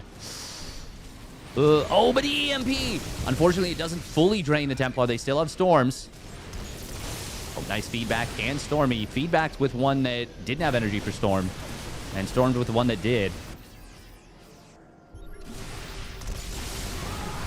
Oh, Revelation comes through, but that Oracle did successfully Death Wish itself. Time Warp Cloaking Field activated, but there is a scan. That was a little bit of an optimistic fight from herO. Now EMPs do land. Archon's going to get taken out. More High Templar. That's a big Storm. 5 kills immediately. Vikings getting hit hard as well, and herO is starting to overwhelm a little bit at the front, but Byun with a big counterattack on the bottom side. He is going to be able to find this Nexus. And... oh, herO, though. Is it go time? Maybe? The Tempest might actually just... yeah, there's 5 Tempests and 5 Vikings. Probes did get chased down and killed.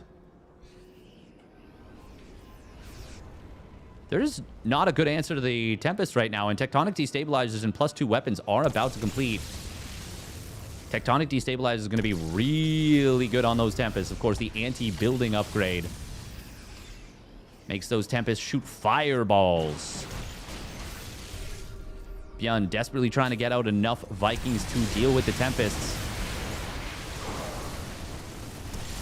Oh, Storm coming in from the side could be big. Vikings getting hit super hard there. And now there's more Tempests than Vikings. Oh, herO's going to be able to take down this 5th base attempt with those Fireball Tempests. Byun looks like he was... I don't know if he was thinking about a counterattack or a flank.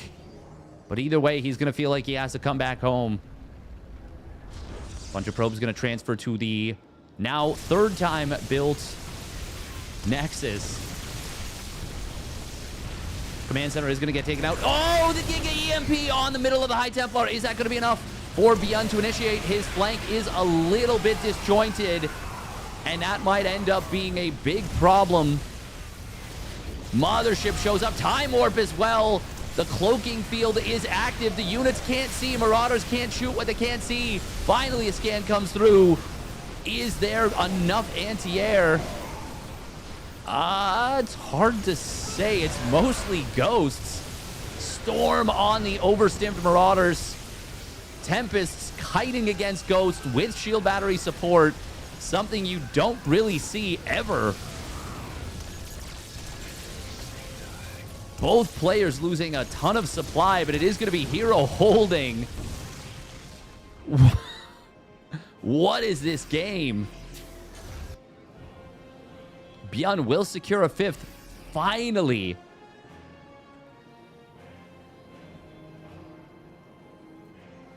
God, this is actually a crazy banger of a game right now.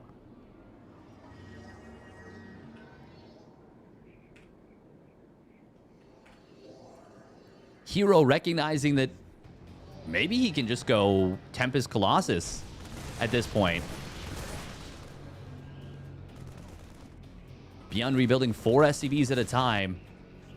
Actually, I mean, he doesn't need SCVs. What he needs is to take the gases at his 4th. Or, sorry, 5th. But even then, he's kind of balanced between minerals and gas. God, the Vikings. Oh, that's a big scan right there. Big scan. He is on 4 orbitals. herO gonna get into the original 3rd base location. Won't be able to win the fight here, but he will drag the... Actually, can he win this fight?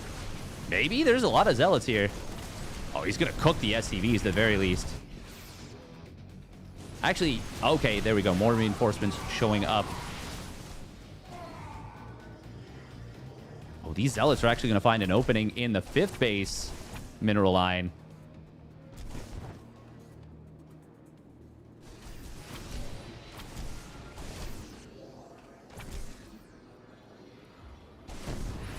God, these Zealots have killed so much.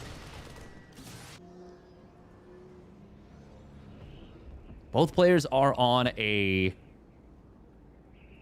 for now, acceptable economy, but they both need to expand pretty bad. Beyond does enjoy a significant army supply and army value advantage. But if he can't... Oh, the Ghost! Oh my God, the High Templar actually incidentally dodged that. You cannot in a million years tell me that was on purpose. herO saw the future. He was Nicolas Cage in that movie where he sees the future by 2 seconds or whatever, or 2 minutes or something. I don't know. Gone in 120 seconds. Oh, that's a good EMP.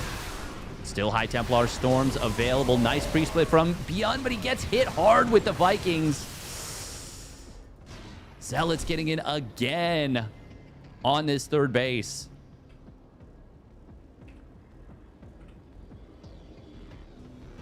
herO is down to just 2 Tempests now. I know he's poor as hell, but it does feel like Tempests are his... The Tempest Colossus is really, really strong right now. Oh, another EMP attempt. Oh, that one might be what Beyond needed to finally close this one out, but a Disruptor coming in from the side. No, he's going to be able to take that down. It got too close.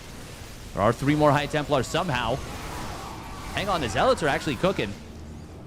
Colossus cooked too, and the Archons as well. And now, never mind, herO is actually going to be able to hold again, and now has a 6th base up and running. But this is a significant amount of bio on the bottom side. Oh, we're going to recall. Looks like herO is giving up the left side base. Or warping in and preparing to defend with High Templar. Oh, that's a nice EMP. There's another High Templar behind it. Another beautiful EMP from Beyond. Beyond starting to cook in game number 3. Finds the Disruptor before it can launch a shot. Going to get 15 probes as well. And now surely Beyond has done it. Right? Finally. Rings the GG.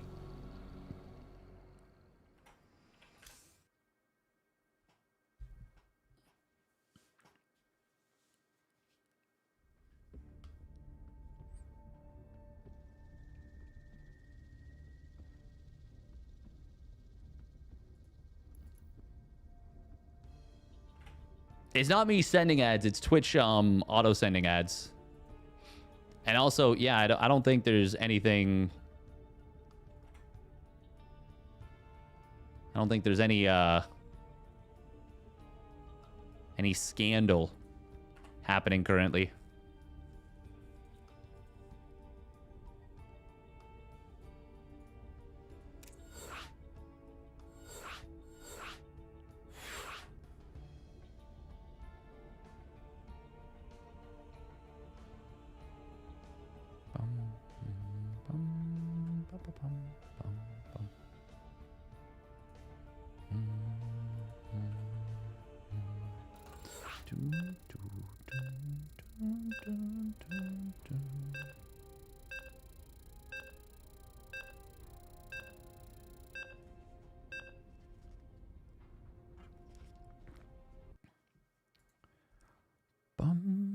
Most ambitious disruptor.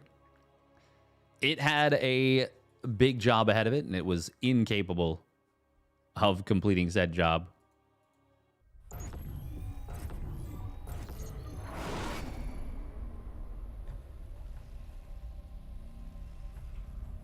All right, here we go.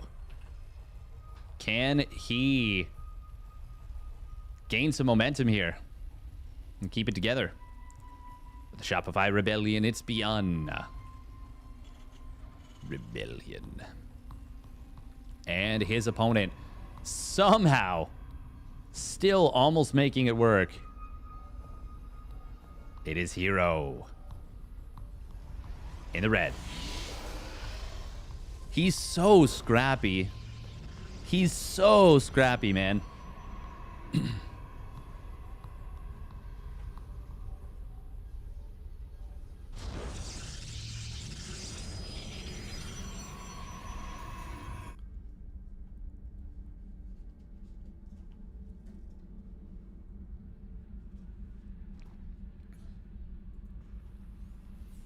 You really just cannot give him an inch, because he will take a mile every time.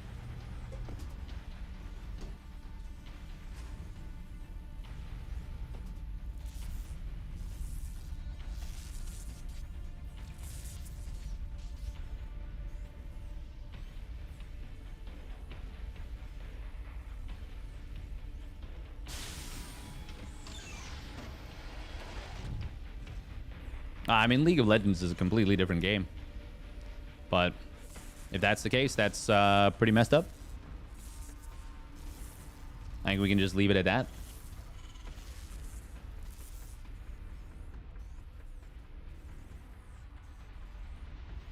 Very interesting. He started the second depot and then goes off to start the factory.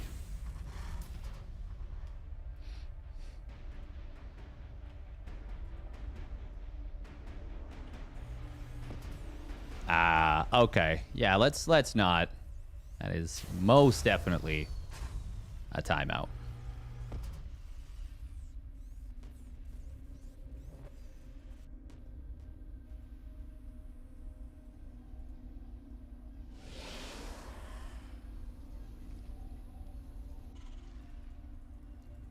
We don't do that here.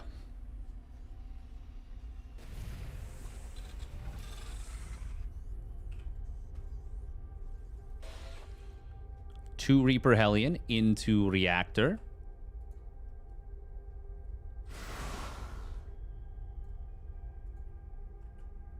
Oh, herO going to be looking to cut this off, but obviously it's not going to be easy. It is a successful juke in theory. That's where the second adept comes in.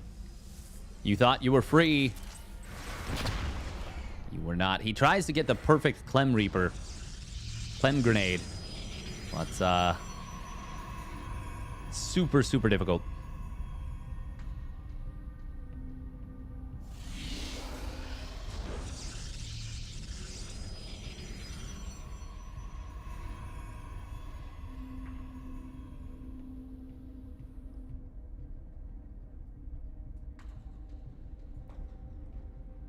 Bop, bop, bop, bop, bop. Bop, bop, bop, bop, bop.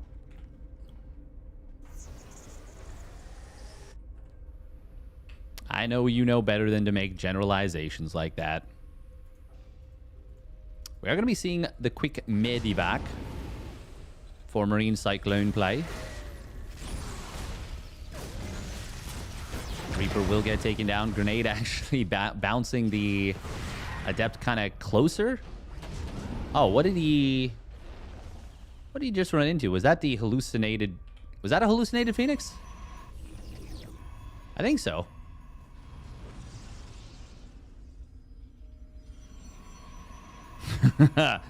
There we go. Jeff Bezos gets it.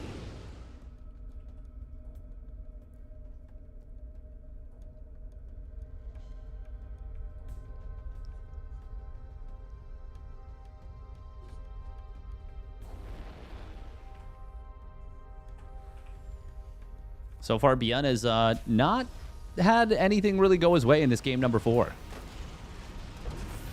He has had a very good start to this one.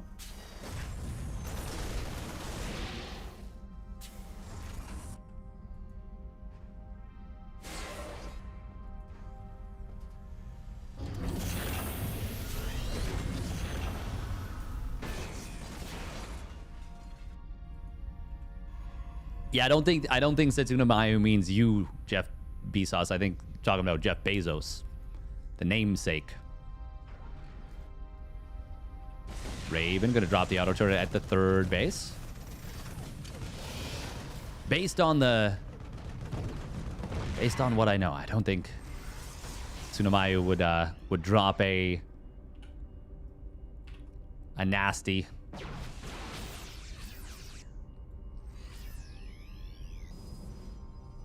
No bully. We're gonna have charge coming in. This is a very interesting little push coming in from Beyond, because it is very much a fake, but it's quite a strong, potent push. It looks like herO with the Stalkers maybe figured that out, that it is a fake. That looks like one more probe does get picked off. Did he? I don't know. Raven's still alive. Okay. herO is up at 60 probes, though. Really nice. Really very nice.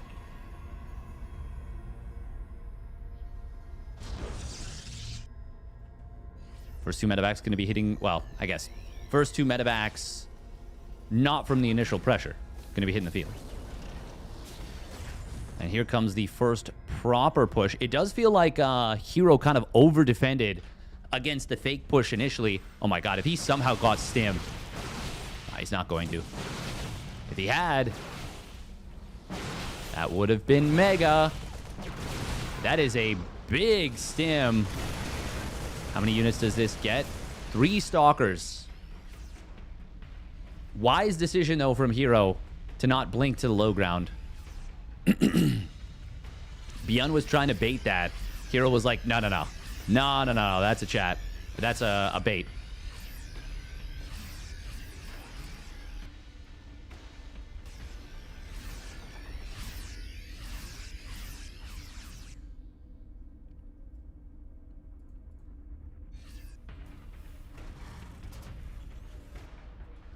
You think the concussive was a bait? I think he might have started it kind of with that in mind, but he obviously wants concussive shells. Oh, Zealot's going to get into the natural, going to find a lot of SCVs. Oh, force field a little bit misplaced, but still going to be enough to slow this down. Man, the SCVs are just getting murdered here. Do you just recall right now as herO? I feel like the answer is yeah, or maybe could have gone for the cancel on the third command center. Looks like Zealots are not going to be recalled. They're just going to be brought back home. Oh, blink forward coming in. One tank will fall. Colossus is going to get taken down, though. Anti-armor missile helping a lot. Nice target down on the pylon, but as the additional Colossus shows up, Beyond says, this is too many things you've got. And he's going to tap out. Already used recall? I'll take your word for that. Yes, he did. When did he use it? What did he use it on? Oh, the Stalkers. Duh. Yep. For some reason, I was thinking that was a while ago.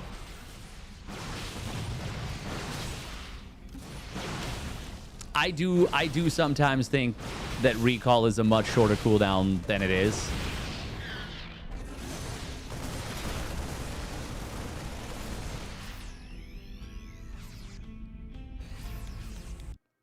I want to rewatch that fight again.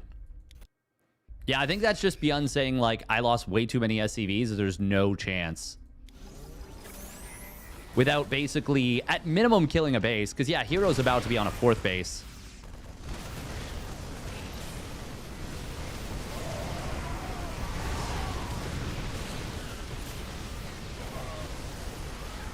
Yeah, Colossus shows up. Zealots get back home. Yeah, he's right to tap out there for sure. For sure. And that will be herO taking this one down. Beyond managed to put one on the board, but it was hard fought, hard earned. And ultimately it is herO who takes down KFC number 2. Oh, there was an internal error while connecting to BattleNet. Please try again. Nice, thanks.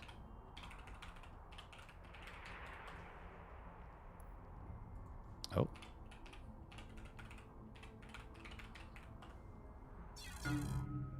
Cool. Did we get a patch? Is anyone else getting issues with BattleNet? I am as of right this moment, so you are not the only one.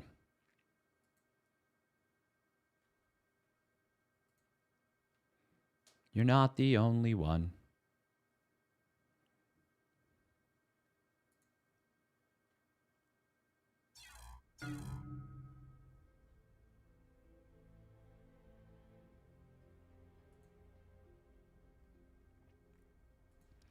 Well done by herO.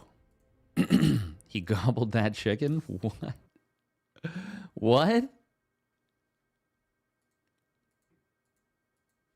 What? What? Very, very well done. We're going to raid up Lambo. We're going to raid up the Lambro. Thank you very much for hanging out, tuning in. I will be back tomorrow afternoon at 2 p.m. with an OSC Rising Star. Other than that, thank you very much for hanging out, tuning in. Have yourselves a wonderful rest of your day. No brain teasers? Sure. We'll do a little bit of brain teaser. Why not? Why not?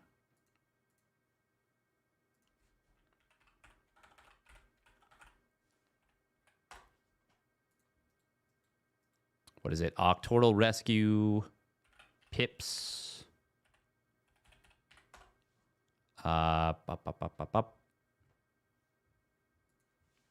Strands.